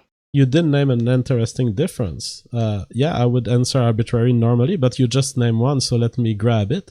You said, well, you need to be put in jail because you're dangerous. You're potentially going to kill other people. Do people who kill chicken are people who kill chicken dangerous? Are they going to kill other people? Well, I'm not arguing they should be put in jail, though. Okay. So you're arguing that your moral fagging is appropriate for YouTube? Well, why is it moral fagging, though? Because that, honestly, I get why people can use that term. Sometimes there's people who like to, parade their morality around and just criticize others and whatnot. But, I perceive this as a genuinely important ethical issue. And I'm sure there's things that you perceive as important ethical issues, even if you're going to frame them in some kind of nihilist way. So I don't know why it's fair to just dismiss it as moral fagging. Okay, no, that was not what I intended to do. So let me rephrase this. Sure. You've agreed that you are not here to impose the vegan lifestyle on anyone. Right? You're not going to forcibly... okay. So you're not going to be violent to impose that belief on others. So essentially, you are here on YouTube to express that belief and potentially convince others that they should adhere to your belief. Would that be a better description of your mission? I wouldn't necessarily say that it's my mission on YouTube. I'm more just there kind of expressing myself. But yeah, I mean, I do think that's part of what I'm doing. Sure. Okay. Expressing beliefs and hoping to convince others. It's just so not the main thing. I'm telling you, the reason why I don't adhere to your expressed belief is that I respect the chicken. I'm against the chicken genocide. I'm against the chicken holocaust or partial holocaust. I want each of these chicken to make babies the way they chose to, which is by trusting humans with their sperm and egg and by allowing them to use their meat at the end of their lives. And I have no moral objection to this system continuing. I think it's a beautiful aspect of life. Yeah, so I mean, it's just going to keep coming back to the same question. And I mean, I don't mean to be like pushy or anything, but it's just you're saying that, you know, it's just some intrinsic right that a chicken has to continue existing that means that we have to consume them. And I have a feeling that you would not accept that logic if it were applied to humans. So it brings us back to the question of what exactly differentiates the two. What is it about the chicken that makes it okay to murder the chicken? So can you expand on how is my logic with the chicken would not apply if it was applied to humans? Well, I'm still not fully sure that I understand what exactly your logic is there. But if you're saying, for example, that it's justified to farm humans and murder those humans so that we can ensure that their babies survive. I mean, that seems to me like a pretty absurd position. It seems like it would be far better to just have a world where there's some amount of humans just living a good and decent quality of life than to try to make sure that every single human on Earth can have a child. I mean, I don't see how that's a moral good. Well, if the humans had, if I was in a situation where the humans have chosen to be farmed by some superior life form, and that was the only way they survived, and their wild human colleagues who did not choose to become farming creature either died or evolved into a separate line of descent, I don't see how I would have the moral condescendence to go see these farmed humans and say, you should live as free humans. The choice that your ancestors made to be farmed humans is ridiculous, and we should change that state of thing. I don't think I would object. Well, wait. I'm can I do just a general statement? Because I really want to state my thing, because This is what you should attack. This is my belief. I think it would be morally condescending of me to think that chicken prefer the feeling of their conscious experience of the world being positive over the existence of their lines of descent and babies. I think it would be a moral violation of me to assume that they prefer dying. They prefer dying? I don't understand this, because it seems like you're trying to make it as if I am arguing for some kind of chicken holocaust. Well, you are. I'm not arguing for a chicken holocaust. That's literally what you're arguing for. You're saying that we should eternally holocaust them. We should just, in perpetuity, bring them into existence and then murder them. That's what I'm saying is not a good thing to do. You define the Holocaust around the moment of killing. I define the Holocaust in the genocidal sense, that is, the interference with reproduction. Your suggestion, veganism, is eventually leading to no more chicken, or to a set of restricted chickens surviving. Other than those, every chicken would not have had babies in our world. My suggestion is keep the chicken alive. Chicken lives matter is essentially what I'm saying. We're already interfering, so I mean, I don't see how that is exactly relevant. Like, we are the ones doing the breeding of the chickens. But I just don't understand. I don't understand what your answer is to the question, though, because I'm asking you, what is the difference? What is it about animals that, if true of humans, would justify murdering them for food? The thing that's different is that, well, first, I don't have to provide a difference, but if you ask for one, I say the totality of the molecules between the chicken and the human. If you still ask to refine my difference, I will say that chicken have a biological evolutionary lifestyle that allows reproduction, all of their reproductive act and all of their parental care to be delivered before the moment of death, the moment where we decide to kill them for their meat. And therefore, there is no interference with the continued existence of chicken when you kill them at some time in their life, and you can use the meat then to feed humans. With humans, if you kill a human, first you keep him from eventually reproducing and making other babies. Second, you keep the humans from caring for his already existing babies and for his grandchildren. Well, I mean, if you think that chickens are like caring for their young in the lives, I think that the actual picture there is very different. But that's just a little point. You said well, you said three things. You said, first of all, you don't have to name a difference. That goes back to the question of consistency that we flagged. So I'll just drop that.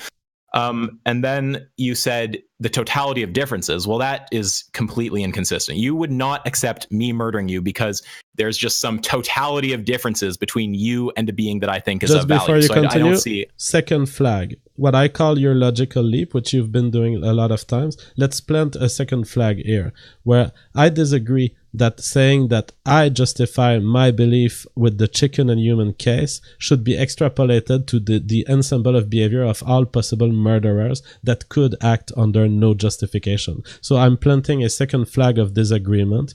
I do not think that, I think that to make that conclusion, you have to make a logical leap, which I haven't committed.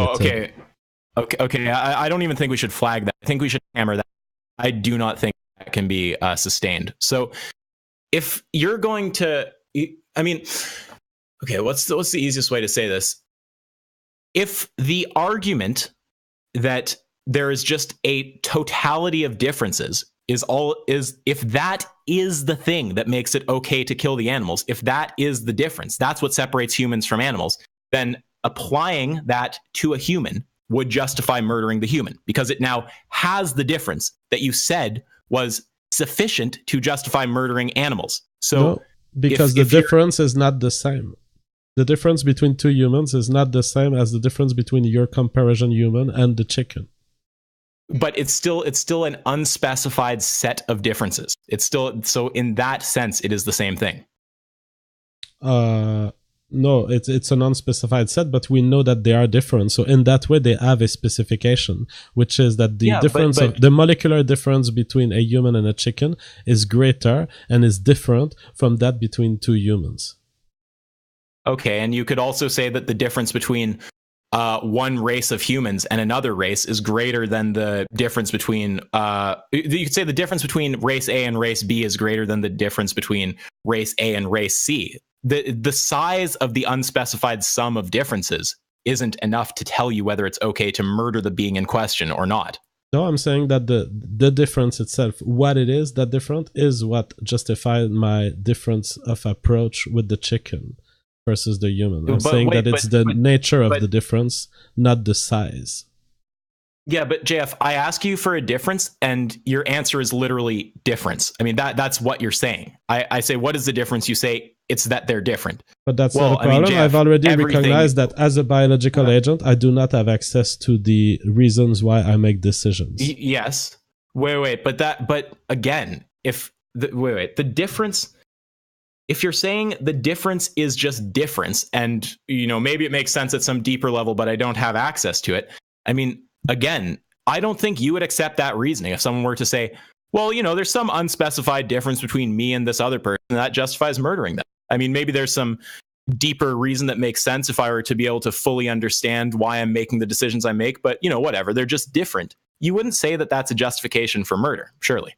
But I don't review other people's justification for behavior, unless I would be a jury on a trial where I would have to care about the detail of what was the intent at time B. I do not judge people. I'm not a moral fact going around and saying, oh, let me explain to me, why do you do A, B, C? I don't go around saying that. Okay, I'm gonna push back on that, because I really don't think it's fair to just call it moral fagging. I mean, do you think that it's fine for Jeffrey Dahmer to just consume people, to murder them and inject things into their brain to try to put them into some zombie state and then do things to them and then murder them? I mean, how far do we have to go before you say that you have a moral preference? Okay, so why are you moral fagging, JF?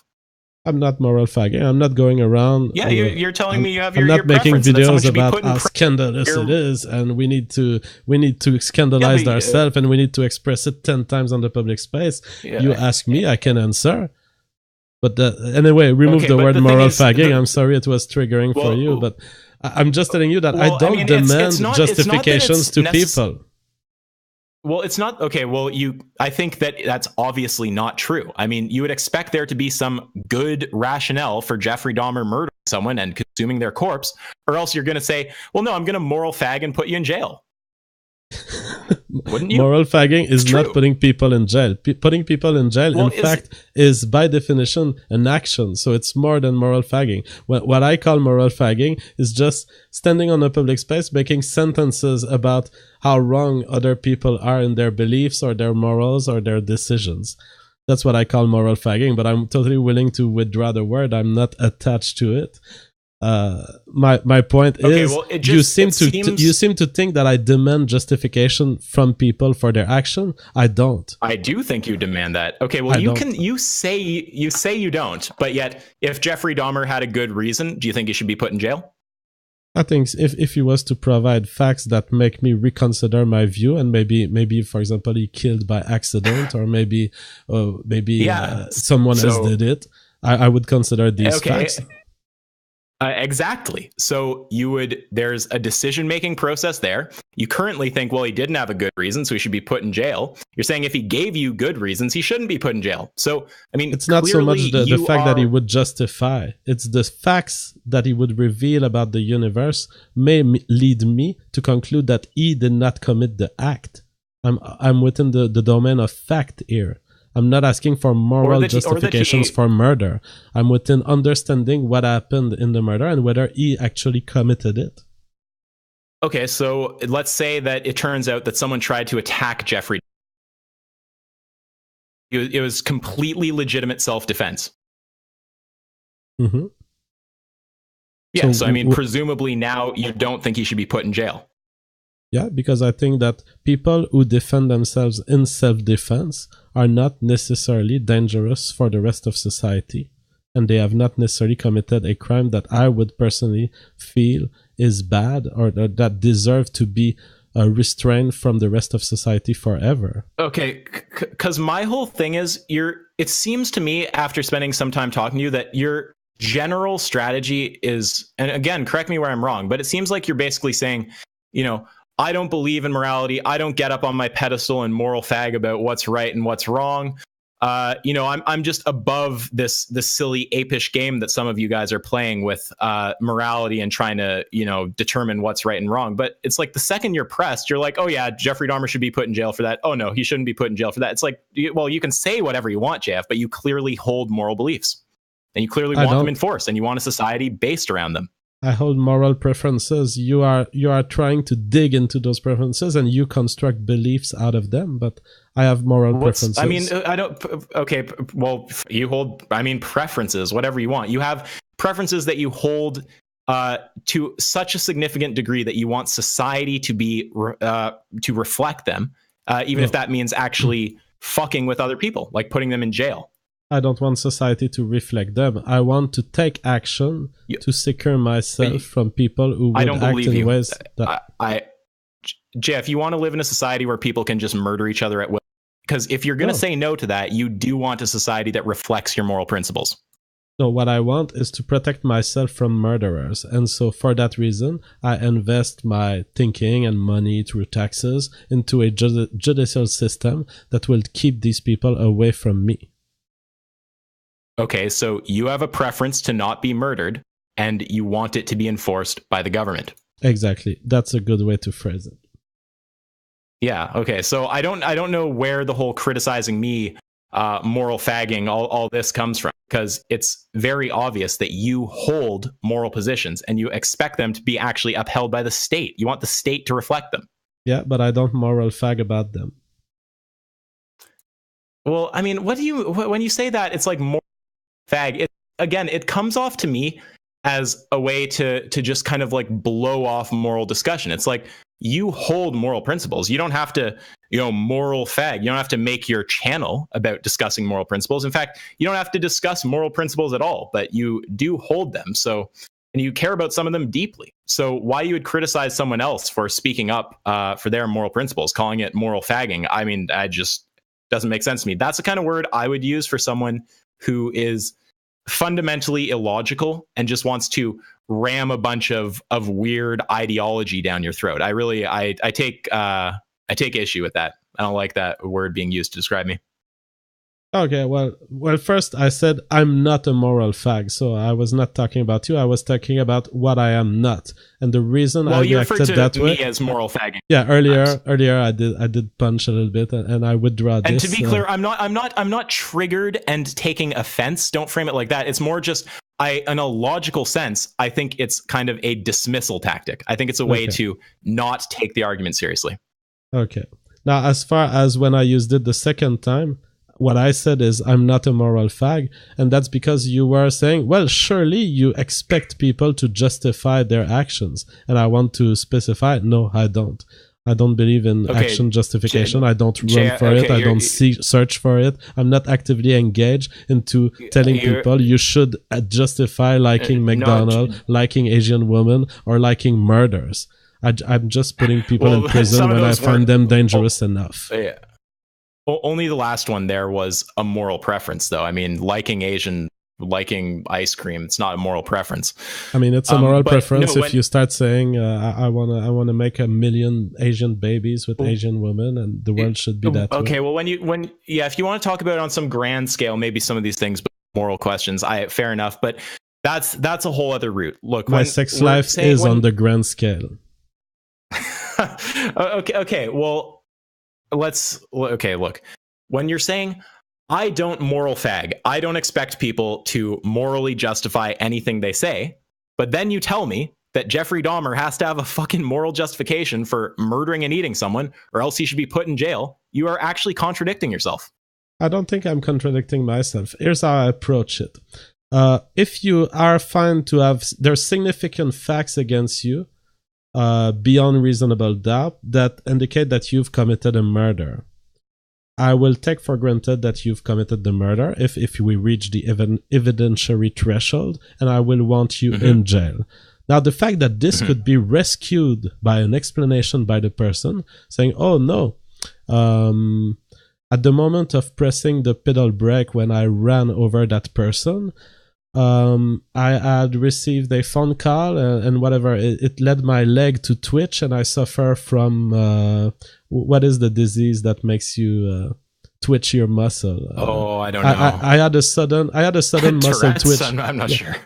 Not Tourette's, certainly not. But it's I had a Tourette spasm and crashed. I don't know. You know, you have spasm, and it's a focus in the brain that starts invading the whole brain. Well, anyway, that person could invoke, let's say, a medical disorder, which leads me to think, okay, that person. And that's what you call a justification, but I'm a little bit more subtle about it. It's not so much a justification for murder. It's an explanation that leads me to reconsider the facts of the case, and which helps me understand that this person has no criminal intent, and that for all purposes, releasing that person in the public space will not lead to increased danger for anyone, because it's not someone who likes murdering people. It's not someone who wanted to do it. It was an accident, and therefore he's as likely as any other guy to make a murder. So that's what you call justifying, but I find that justifying here is a semantic mask for understanding the facts of the case, which leads you to reconsider the fact that it was even murder in the first place.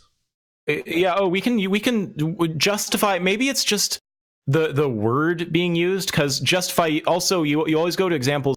Person verbally justifying it. I'm just talking about the justification could come from their lawyer, from just facts being revealed by the police department. The justification could come from anywhere. It's just the fact is, some types of killing you're going to say are justified, as in we should not put someone in jail for them. They represent no threat to the population. There's no reason to do anything to them. Then you're going to say some types of killing are not justified and people should be put in jail.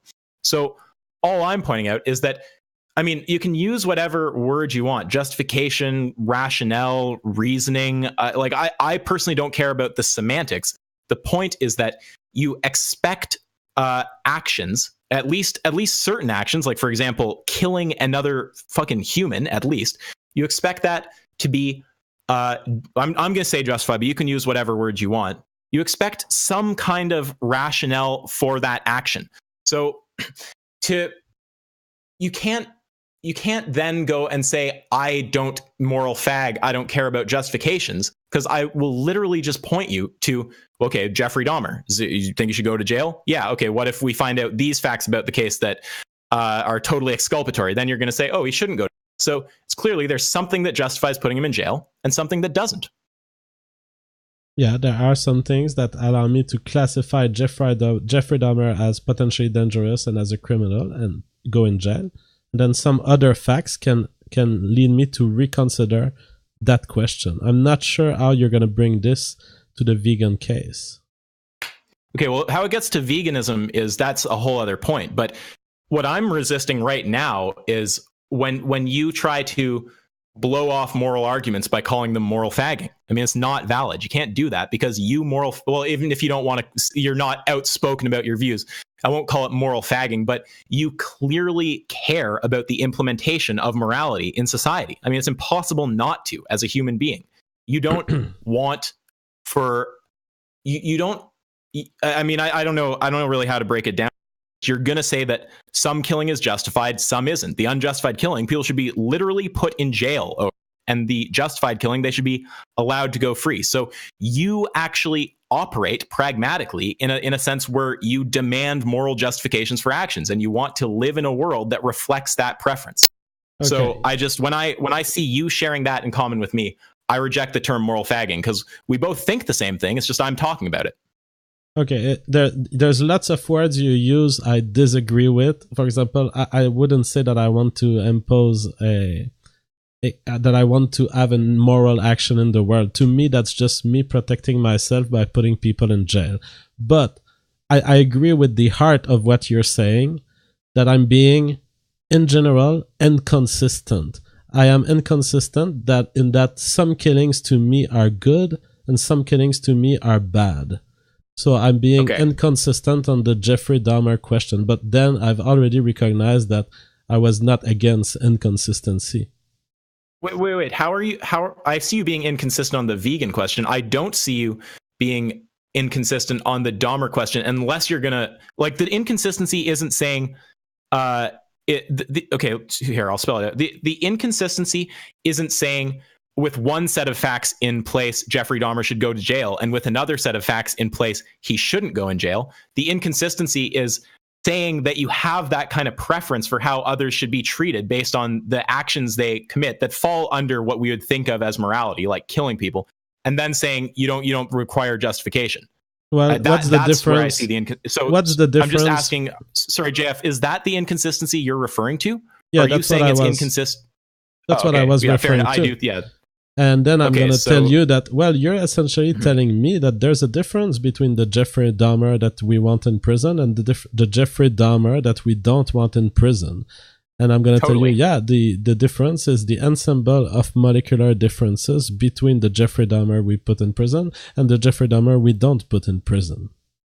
Okay, and that's technically true, but we can actually specify why we're putting him in prison or not. It's not just an arbitrary appeal to unspecified differences at the molecular level, right? So if you're going to say, we can prove that it's totally consistent, because if you're going to put Jeffrey Dahmer in prison, if you have two Jeffreys, one has committed murder, one hasn't, and you're going to put the one who committed murder in prison, if you were to apply the characteristic committed murder to the other Jeffrey Dahmer, that would justify putting him in prison also. So there's nothing inconsistent about that position at all. Well, it's as inconsistent as my difference of behavior between humans and chicken, because it is justified on the ensemble of the molecular differences between the two situations. No, I don't actually accept that. And the thing is, you're saying it's justified by the totality of difference at the molecular level. But the thing is, in the case of the chicken, you're appealing to that without any specificity. And in the case of Jeffrey Dahmer, you're giving a completely coherent difference between two hypothetical Jeffreys that would actually justify murdering either if they possess that difference, difference being obviously committed murder. So in your view, because that difference is expressed as coherent in the Jeffrey Dahmer case, it is better or more morally good? What is your statement about it? Yes. Well, yeah, because I don't want to be discriminated against based on unspecified differences. So it's not consistent for me to do it. So in my view, yeah, if you can actually specify a legit difference, it's moral. And if you can't, then it's not. And I'm just trying to push you towards the same view, because I think that you probably don't want to be discriminated against arbitrarily, I would assume, right? No, so I don't stand by this. I'm totally fine with being discriminated against. For example, JF, there are people who don't like white guys, and there are people who do like white guys, and there's no reason why, but they're that way. So I'm being discriminated against every day, every time I go to a bar and pick up a woman. Yes, sure, absolutely, 100%. But I mean that, like, it's, I guess, fair enough for you to mention that, but it is kind of semantic, because obviously we're talking in the context of right now. You don't accept an arbitrary justification for murder. You're talking in the context of... Sorry, I lost you for a moment. You're talking for the context of legal decisions? Well, no, not necessarily legal. We're just talking in the context of murder, and you were just talking in the context of just picking up a girl. And I mean, again, this it just goes back to kind of what I think we agreed on, as far as I could tell a bit earlier, which is that, there's some cases where actions obviously don't require justification, and some where they obviously do. And the line there can become a bit fuzzy of when stuff starts requiring justification, but we can definitely agree that murder requires justification. So I was working within the context of murder there. So when you go to just picking up girls, that's a different domain, right? So I would just keep it on the murder. Murder requires justification. I don't like that phrasing. If I see a murderer, I'm going to put him in jail. And if that murderer comes with something, I'm going to listen to him. And if he reveals facts to me that lead me to reconsider the fact that he even murdered, I'm just going to not put him in prison. And this is not requiring justification. Requiring is a very special word. What is the English word for that, what you just called thing, that he comes to you with? Additional evidence? Well, I would use the word justification. I mean, you're saying that if he comes to you with the right additional evidence, you're going to say that doesn't justify putting him in jail. And if he comes to you with the wrong additional evidence, you're going to say that does justify putting him in jail. So it's a justification, is what it really is. You know what? I think that I don't want to be. I'm happy that we're there discussing this, and I don't want to be rude. But I think what we need to do is go see the dictionary definition of justification and realize whether I may have misunderstood something of the English language. Do you mind if we do that? Okay, that's of course. I mean, there's going to be a few definitions, so we might have to. So what I tend to do with definition is I tend to take the definition that will be most generous to my opponent. So if we disagree on something, I will be open to taking any definition of justification that you can find. Yes, and I actually know that you're being truthful there, because I saw in your video initially rejected cost, but then when the definition was on screen, you accepted it. So fair enough. Okay. The first one that I see here is the action of showing something to be right or reasonable. Mm-hmm. So, I mean, obviously with the word right there, like, yes, we'll both zero in on, well, right in what sense? Right in an ontologically objective sense? Well, no, it just means right with respect to like your standard of ethics, your code of behavior. But we can use the word reasonable because it also says or reasonable. Okay. So I mean, let's say reasonable. If we go to the dictionary definition of reasonable, what would it be? I don't know. I mean, we can... So here I have having sound judgment, fair and sensible. And I also have as much as is appropriate or fair or moderate. So it seems that... I mean, that sounds reasonable enough to me. Embedded within the meaning of all these words is a form of moral realism, or at least a form of moral relativism, where I would have to be judging the actions of others as being reasonable. But then what would be the criteria by which an action is reasonable? I think we can approach reasonable in two ways. Mm-hmm. We can say factually reasoned, and that would mean essentially any reason you can provide for doing that behavior, you have proven that it was reasonable. At least it was reasonable to you.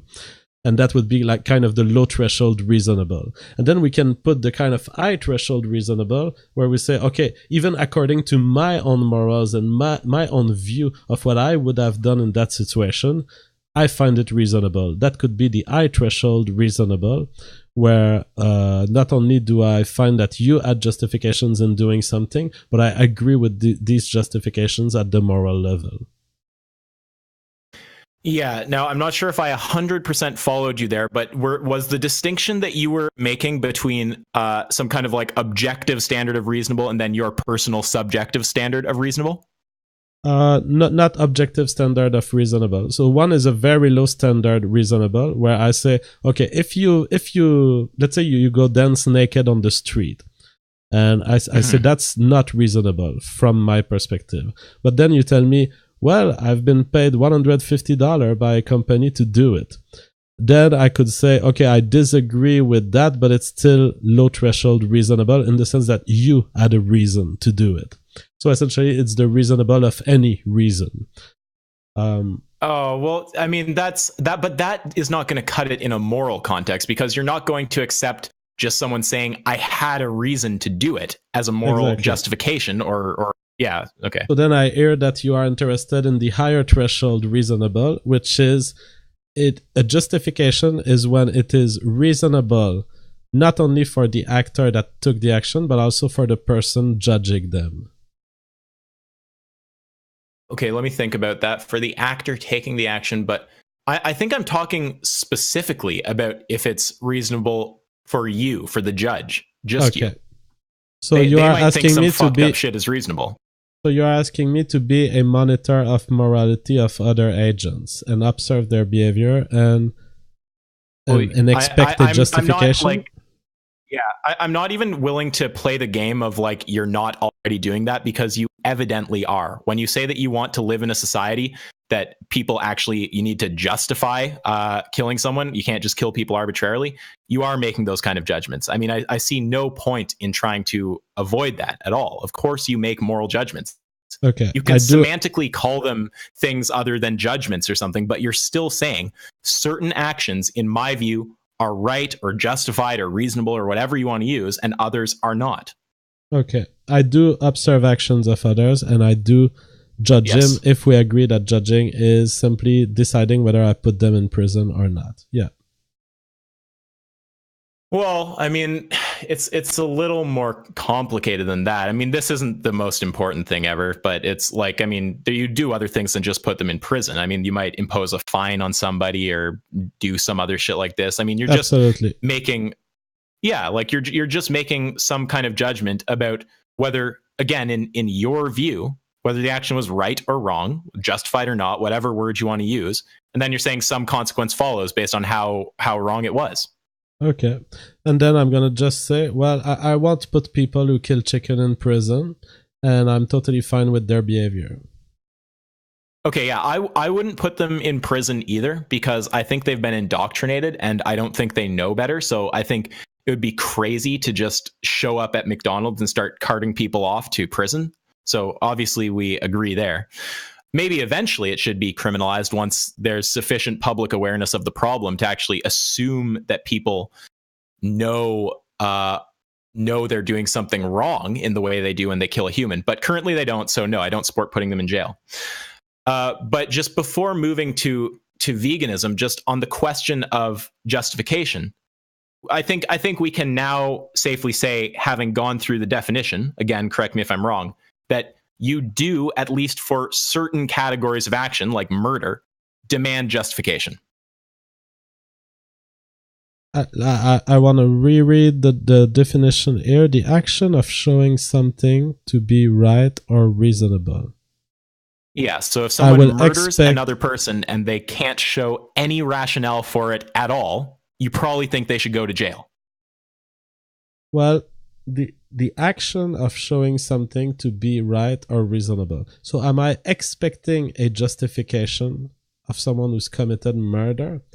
I don't think I'm... what do you mean expecting? Is that I demand it? Is that I think that they're likely to give one? Do you mean expecting in the descriptive sense?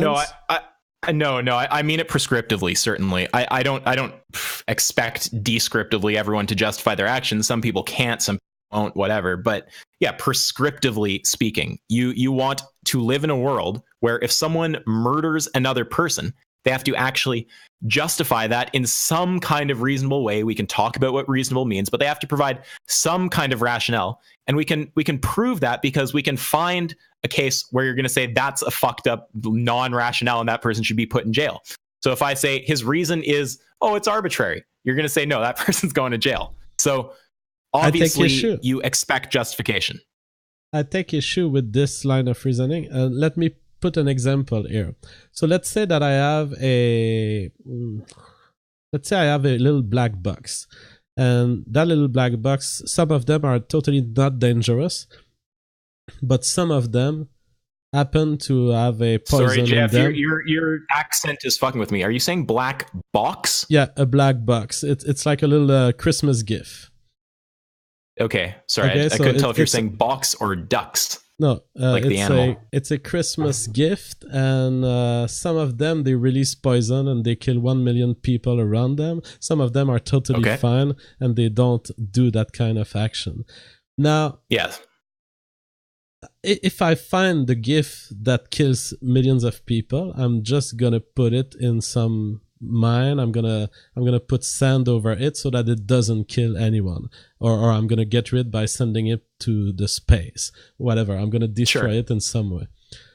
Am I expecting a justification from the Christmas gift just because I'm putting it away so that it doesn't hurt me? No. JF, the Christmas gift is not a sentient being. The gift is not sentient. Why would you expect a non-sentient being that's not capable of like language to justify its actions? That's like saying that you expect a hurricane to morally justify. Well, I'm approaching most murderer, to be honest, pretty much like the Christmas gift. I'm not demanding nor expecting an explanation of their murder. I'm just trying to get them away from me. Well, you're going to free will a little bit there, because we agree that there's no free will, and if we get deeply into it, we can agree that there is a sense in which a murderer is similar to a hurricane. Is that kind of what you're getting at there? They're just a product of prior causes that happens to be destructive to others in the same way as a hurricane is? Almost, but my point is... That's fair. My point, I'd like to restate it in positive form, because that's not really my point. My point is... Okay. Having differential behavior with a threat under different circumstances is not necessarily expecting justification. Okay, I'm sorry, I didn't follow. What do you mean by differential behavior with a threat? So in the sense that there are some gifts that I will just keep under the tree, and there are some Christmas gifts that I will take, and I will act differently with these Christmas gifts. I will go hide them very far. And sorry, what are you saying from that? So there's differential behavior. So what about the differential behavior? Because what we went through in that conversation is you saying, hey, I do see that you act differently with the murderer who justifies and the murderer who does not justify. Therefore, you expect a justification. I'm telling you, the fact that I behave differently with the two versions of the murderer, the fact that I have differential behavior with different types of threat, or threats and non-threats, is not an indication that I expect justification. Differential behavior with threats and non-threats. Well, no, the evidence that you expect justification is that you actually want a justification for their action if you're going to not put them into jail. The differential behavior isn't the evidence that you want justification. I mean, I would also behave differently if I knew that a Christmas gift contained a bunch of confetti or a small black hole. But if that Christmas gift were a sentient being that were capable of talking about what's inside of it, then yeah, I would think it has a moral obligation to, for example, be honest about its contents or something like this. So, I mean, I think that where you expect justification is where there's actually a sentient, rational agent. There's a troll on the chat. You don't expect a storm. Sorry, go ahead. There's a troll on the chat to ask a fascinating question, which I cannot do it because it's too ridiculous. But he was like, "It's fine. Prove that the gift is not sentient." Okay, but let's try. Is that a reference to the gay AIDS gift, or is that just literally the gift we're talking about right now? I think it's a reference to people asking, prove that the chicken is sentient. But the guy was like, prove that the Christmas gift is not sentient. I mean, wait, JF, what's your training? You're like a neuroscientist or something. Yeah, I'm a cognitive neuroscientist who doesn't believe in that people belief drives their behavior. I'm a eliminativist. Totally. Okay, well, we can get all into that, but yeah, no, so I'm just asking because I don't think we're going to have any disagreement over something like sentience. Like, you would agree that obviously a chicken is a sentient being. We're not going to have trouble at that level, are we? Well, you should Google eliminativist because it's a very radical position on sentience. In fact, I go around claiming that I am a philosophical zombie, that I do not have sentience. Okay, but the thing is, you can get into the zombie stuff if you want, but when it comes to real life, I mean, this actually connects to your flag 2.1 because technically you dropped flags number 2, but the first flag number 2 was around the question of demonstrating sentience in other beings, and I mean, it seems like it maybe, yeah, it's like, we're both at the max of mental RAM, so it's pretty hard to retain all of the fucking facts. So that means I had 3 flags. Let's rename the second. You do, and so it's the third. The first was the value of consistency in ethics. The second was the proving sentience, and then what was the third? Maybe you can show me up here this time. Do you remember the third one? The third was it around justifications? I've lost the third. Oh, the third is the logical leap. Yeah, now I remember. It's the logical leap that you were making. I don't remember if that was what got flagged, but I remember talking about it. That's sure. Okay, so I'm just gonna briefly hit the second one, and if it fucking snowballs into a huge conversation, let's ditch it. But I don't think we'll have that much trouble here. When it comes to sentience, like, yes, technically you don't know everyone else isn't a zombie if you really want to put it that way. You can't deductively prove that other beings are sentient, but there is extremely strong inductive evidence that they're sentient. And when it comes to how you actually want to be treated, JF, you expect others to go off of the inductive evidence that you're sentient. When it comes to, you know, we have such a different please tell me you're not going to push back on that. Oh, you're kidding me. Well, how can you possibly disagree with that? Dude, to me, here's the way I see it, and I'm just dropping how I see it. I don't know where that will lead, but that's generally how I think about sentience. So, sentience to me is a virtual construct to turn other human beings into puppets. The reason it has evolved is that first, you had a part of your brain that was emitting some noise. It was generating noise with your mouth, and it was like, "Meh, I want food." Meh. And the mothers gave more food to these people.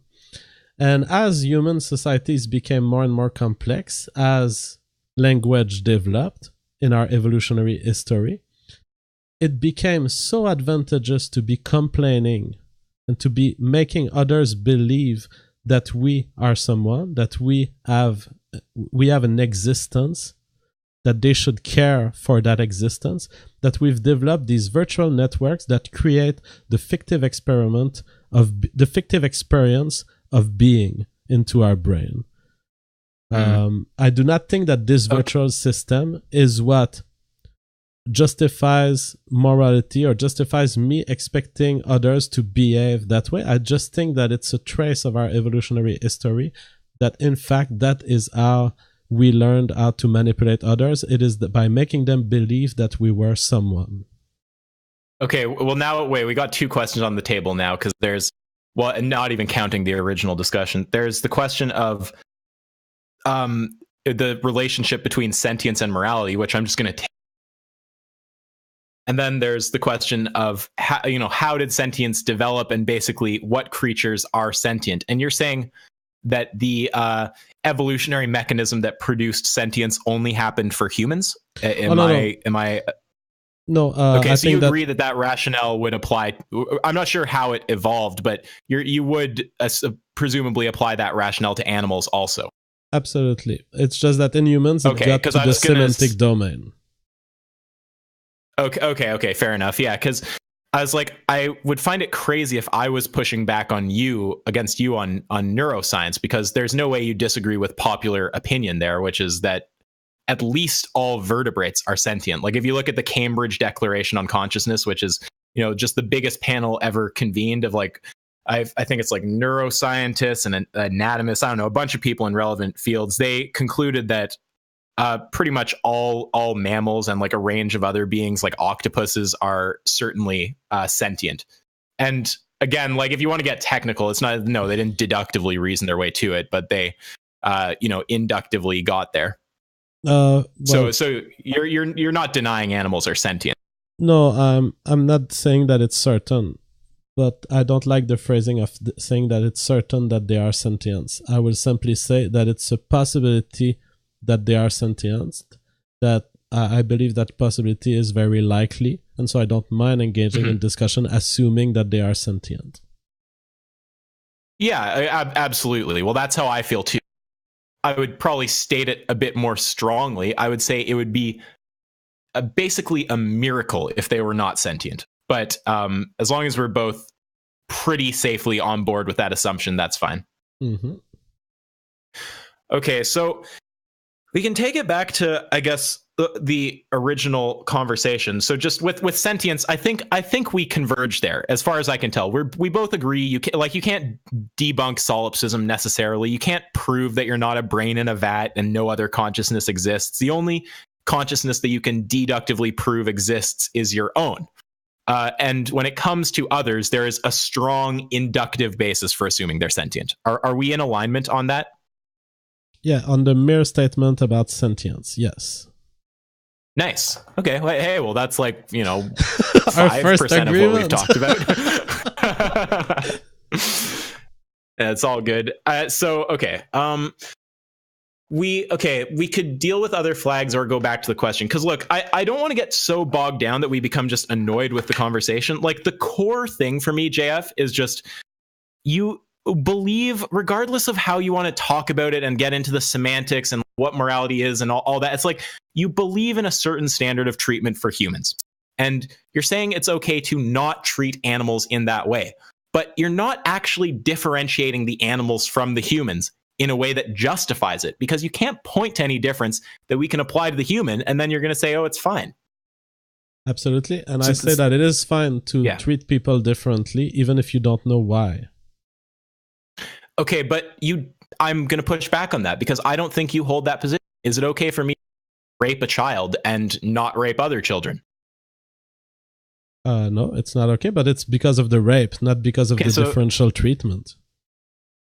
Wait. No. So sorry. Something just tripped me out right there. The differential treatment is the rape. Yeah, but I'm telling you, your example is wrong, not because you are raping one child and not raping the other. It's not the differential treatment that makes it wrong. What makes it wrong is the fact that you're putting your penis into a child. Yeah, well, the specific type of differential treatment is rape. I mean, what makes it wrong is not just that it is different. Like I would treat women differently than I'd treat men being heterosexual. Like I would treat animals differently than I'd treat humans being so then you not agree into with bestiality. Me that differential treatment in and of itself, differential treatment that is not justified, of course, is not wrong. Okay, well, it depends what you mean there. Let me just process that for a second. Because so I will just repeat while you process. I will just repeat my statement. So also that the audience yeah. Okay, so sure. Just for the audience to rewrap their head around it, my statement is he just acknowledged that differential treatment that is not justified by beliefs is not inherently and systematically wrong. I'm just thinking about that because, I mean, we can definitely agree that there's cases where differential treatment are justified. Like, for example, giving a right to vote to humans and not giving it to animals. Well, what is the difference that justifies the treatment? Well, I mean, animals do not have the ability to conceptualize voting. Do I think that humans who don't have the ability to conceptualize voting deserve a right to vote? Well, no, I don't. So it's completely consistent. So it's not just differential treatment. It's it's differential treatment with no reasonable justification, and especially that has a negative impact on the being. So then you've made the case that there are some cases where justifications would be expected by you. But you haven't made the case that we need justifications for the ensemble of all categorical distinction that we make in our life. Well, I think the cases where you need justification are cases where it fucks with somebody. I think the default assumption is that it is justified if it's not fucking with anybody. Well, fucking, and now you're going to end up with, of course, I'm sure you've heard the argument before, but you're going to end up with, okay, but how do you define what is anybody? How do you include this into personhood? And why would that be sentient beings, by the way? Why would there be a preferential treatment for sentient beings? And if someone else was to say, no, I do not agree with the category of sentient being, I agree with another threshold, what argument would you have against this person for having a different threshold than you for for the kind of legal respect that you give to chicken and human and that I give only to humans? Well, it would depend on what their threshold is. I'd also point out we're going a bit into a whole other direction right here. But if they had what threshold? Sorry, I just need to get that into my head again. What is the? Can you repeat that for me? Yep. Let's take the time. So, you claim. Let me review what your claim was. So your claim was, well, you don't have a justification for treating chicken differently. And you would expect a justification to be given in some cases. And my answer to this was, well, I sometimes may expect justifications in the way you phrase it, and I don't like the wording, but okay, I expect Jeffrey Dahmer to say something. But it doesn't mean that I have to expect a justification in all cases. And one of the examples I gave on that point was Asian sexual selection of Asian women. Okay. So then the question becomes, why would it be that we would expect a justification in the chicken case? And then we would end up with a spiral of arguments where in the end, you've arbitrarily decided that chicken were included in your encompassing of legal and careful treatment and human respect. And you've decided that this threshold was including chicken, whereas other people like me and many others would simply have decided, no, chicken are not included in that umbrella of protection that I give to, we could call it sentience, or I enough sentience for me to respect them. Yeah, okay. Well, there's a few things I disagree with in there. So when you say that my bootstrapping of moral concern for chickens is arbitrary, I would reject the notion that it's arbitrary. I would say that my bootstrapping of chicken ethics just follows from my bootstrapping of human ethics. Because generally speaking, the reason I would bootstrap human ethics is that they're sentient beings capable of consideration. I'm one of those beings. I want consideration. It wouldn't be consistent for me to treat others differently. So I don't accept that it's arbitrary. And then, I don't know. I mean, I might need to think about the question a little bit of, do you have to justify inconsistent treatment in all situations or in just some? Because even if we're going with just some, I could probably argue towards having to justify it in the animal context from the fact that you expect it in the Dahmer context. And I would ask for the meaningful differentiation there. But it seems also like but it seems also, though, Jeff, that I might just be able to say, well, actually, you always need it for all differences of treatment, but there's some differences of treatment that are just so obviously justified that it seems absurd to even say that someone should have to justify it, like the way they treat a rock versus like a child, or the way they treat chocolate ice cream versus, like pube hair ice cream. Well, it does seem that, well, you had acknowledged earlier, and I think you still acknowledge that there's going to be times where the person making the action doesn't even know why. So he doesn't have a justification. And so expecting justification. And technically, I was just going to say, technically, in a way, they never really know if you get into the free will stuff. But when you're talking, I'm just assuming you mean pragmatically, like it's in their consciousness. why they do it. But I mean, there's this division that you make between fundamental and pragmatic, which doesn't really exist in my head, because even when I use examples, I'm actually trying to get to the idea. So I mean, I think that we can start really heading toward. Go ahead. Sorry. I think that it doesn't what really I was going to say is that we can head toward a conclusion slowly, and we can still state whatever we want. And I know that this is going to lead to more discussions if you're up for it. So if you want, we can try closing the day today with a kind of idea of what we've done for now and where we're headed. I think it was very interesting. So yeah, totally. Would you have any concluding remarks or ideas that we can explore before finishing? Okay, well, here, how about you go first, and then I'll think up mine, unless you really want the last word. Yeah, I think that the flags that we've planted essentially are good markers of the trajectory we've made. So the third flag in particular, I attribute a logical leap to Isaac. That's your name, right? Ask Yourself? Mm-hmm. Okay. Yes. So I attribute a logical leap to Isaac that he doesn't believe is a logical leap. And the statement was, so essentially, he's starting from the fact that I treat humans and chicken differently, and from the fact that I do not have a stated justification for it that can take form in the English language. And he's saying, therefore, you would be okay with other people murdering other people and justifying it with nothing, with having no justification for it. And he points to the fact that I wouldn't accept this. I wouldn't accept a society where there is such murder. And his claim is that there is contradiction here between not accepting this society of murderous people who don't justify their action, and the fact that I do not have a justification in the case of human versus chicken. But my thinking is that it's not because I don't have a justification in the first case, the human-chicken version of the problem, that I necessarily would accept the moral consequences of the second scenario. Of course, in the second scenario, what I will say is I hate murder. I'm not for it.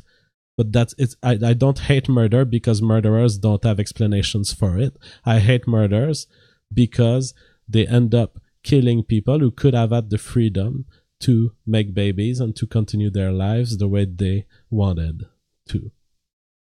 The two other flags will deserve our attention maybe later, but I will point to the fact that to this idea that we started with about reproductive interference and reproductive invasion, because I don't think that I've heard from Isaac in that conversation a proper rebuttal to that point. My claim is that killing in humans is not the same as killing in chicken. My claim is that the chicken have evolved an evolutionary strategy so that the moment of killing is a moment where they can actually continue serving. Even after the killing, the chicken can actually continue serving its own evolutionary interests by feeding humans who will in turn care for their baby. So the situation of the chicken with humans is a situation where they have kind of enacted a form of an evolutionary contract where human beings have been involved in their cycle of reproduction in a way that, okay, so protein comes from the chicken breast, goes into the human mouth, the human has more energy, he starts caring for the eggs of the chicken, and eventually lead to the success of the chicken baby. So feeding humans in chicken is a form of parental care. It's a form of manipulation of human beings into helping the line of reproduction of the chicken. And my point on this was, it would be, first, it is a difference. There is a difference between killing a human who could have had reproductive acts completed later, who could have had provided grandparent care to his already existing babies, and killing a chicken who has accomplished all of its parental actions and who can only serve humans who are responsible for holding roofs to protect their babies.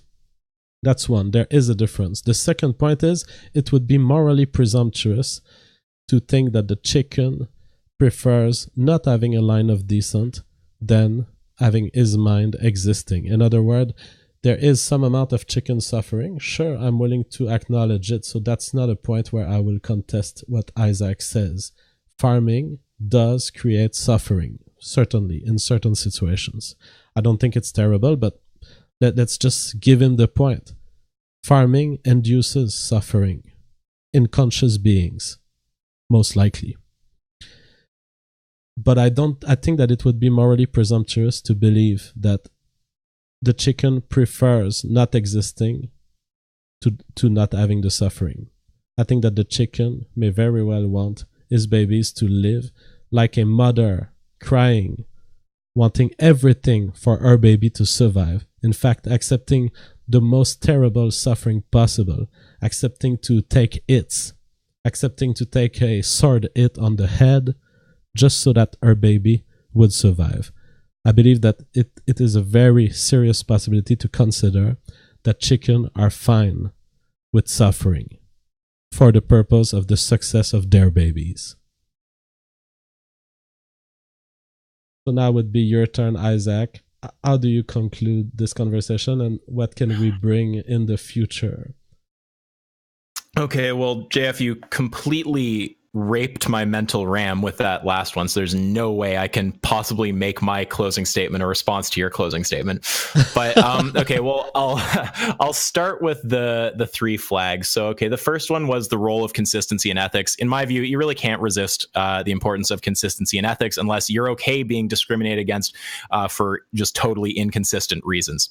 So then the second flag was objectivity in morality, or it's like sentience. How do you know that another being is sentient?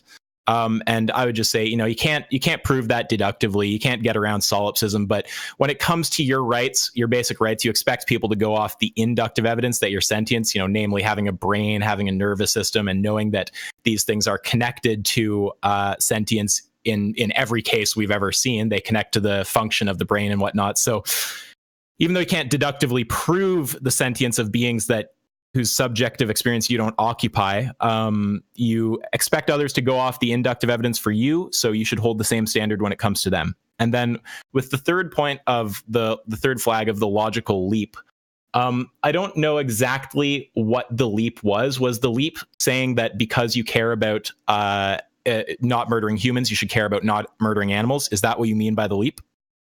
No, the leap is because I have no justification in the case of chicken and humans does not mean that I endorse all acts that are not justified. Okay. And so then on the third one, I would just say that if you're saying that murder without justification is fine, then you can't in the next breath say that murder without justification is not fine. And then when it comes to just my kind of general opinion on this conversation, I think JF is a smart guy. I think he is, as far as I can tell, intellectually honest, although we have pretty different views on this topic. I think that the moral nihilism it's kind of just semantically obfuscating this conversation in just unnecessary ways. I mean, when we're talking about morality, like I'm basically just talking about what you think, how you want the world to be. So I think that has played a kind of unnecessary, confusing role in talking about, like, is this a justification and what is a justification and all that, although I'm happy we hashed it out. And my basic point would just be that JF holds what I would feel very comfortable calling moral beliefs about how humans should be treated. And if you're saying that humans deserve, for example, not to be murdered, but then you're going to say it's fine to murder an animal, what's implicit in that statement is that there is some kind of difference between the human and the animal. Because obviously, if they were the same thing, you'd be saying you can't murder that being. If the animal were the human, you'd be saying you can't murder it. So there's got to be some kind of difference there. So whatever that difference is, if it were applied to the human, would it justify murdering the human? And if not, then it's not a consistent basis for murdering animals. And then, I mean, there's a few of these other little questions that kind of came up, like, is it important for beings to just be able to reproduce? No, I care far more about not interfering in their life. And I think I don't know exactly how he does this, but JF somehow seems to flip it around into I'm the one interfering with them by not forcibly reproducing the chickens. But I think it's humans interfering with the chickens by insisting on forcibly reproducing them. And I basically think that the quantity of beings that manage to reproduce, or how many manage to continue their line, I don't view that as important. What I view as important is not violating other beings. So, I mean, that's pretty much where I'd close it. Any final things you want to say? Well, Isaac, I hope that we have a chance to continue this discussion, because I think we are far from being over. I'm personally disgusted at your defense of the chicken genocide. I think you are a chicken fascist. But because I'm a moral nihilist, I still respect you, and I don't judge you at the ontological level for your terrible actions. Okay, well, I'm just going to respond to that by saying I don't know that I am the one committing the chicken genocide, but we can leave it there. I won't provide an argument. All right. Thank you for coming. Bye-bye. Downtown, to a wasteland.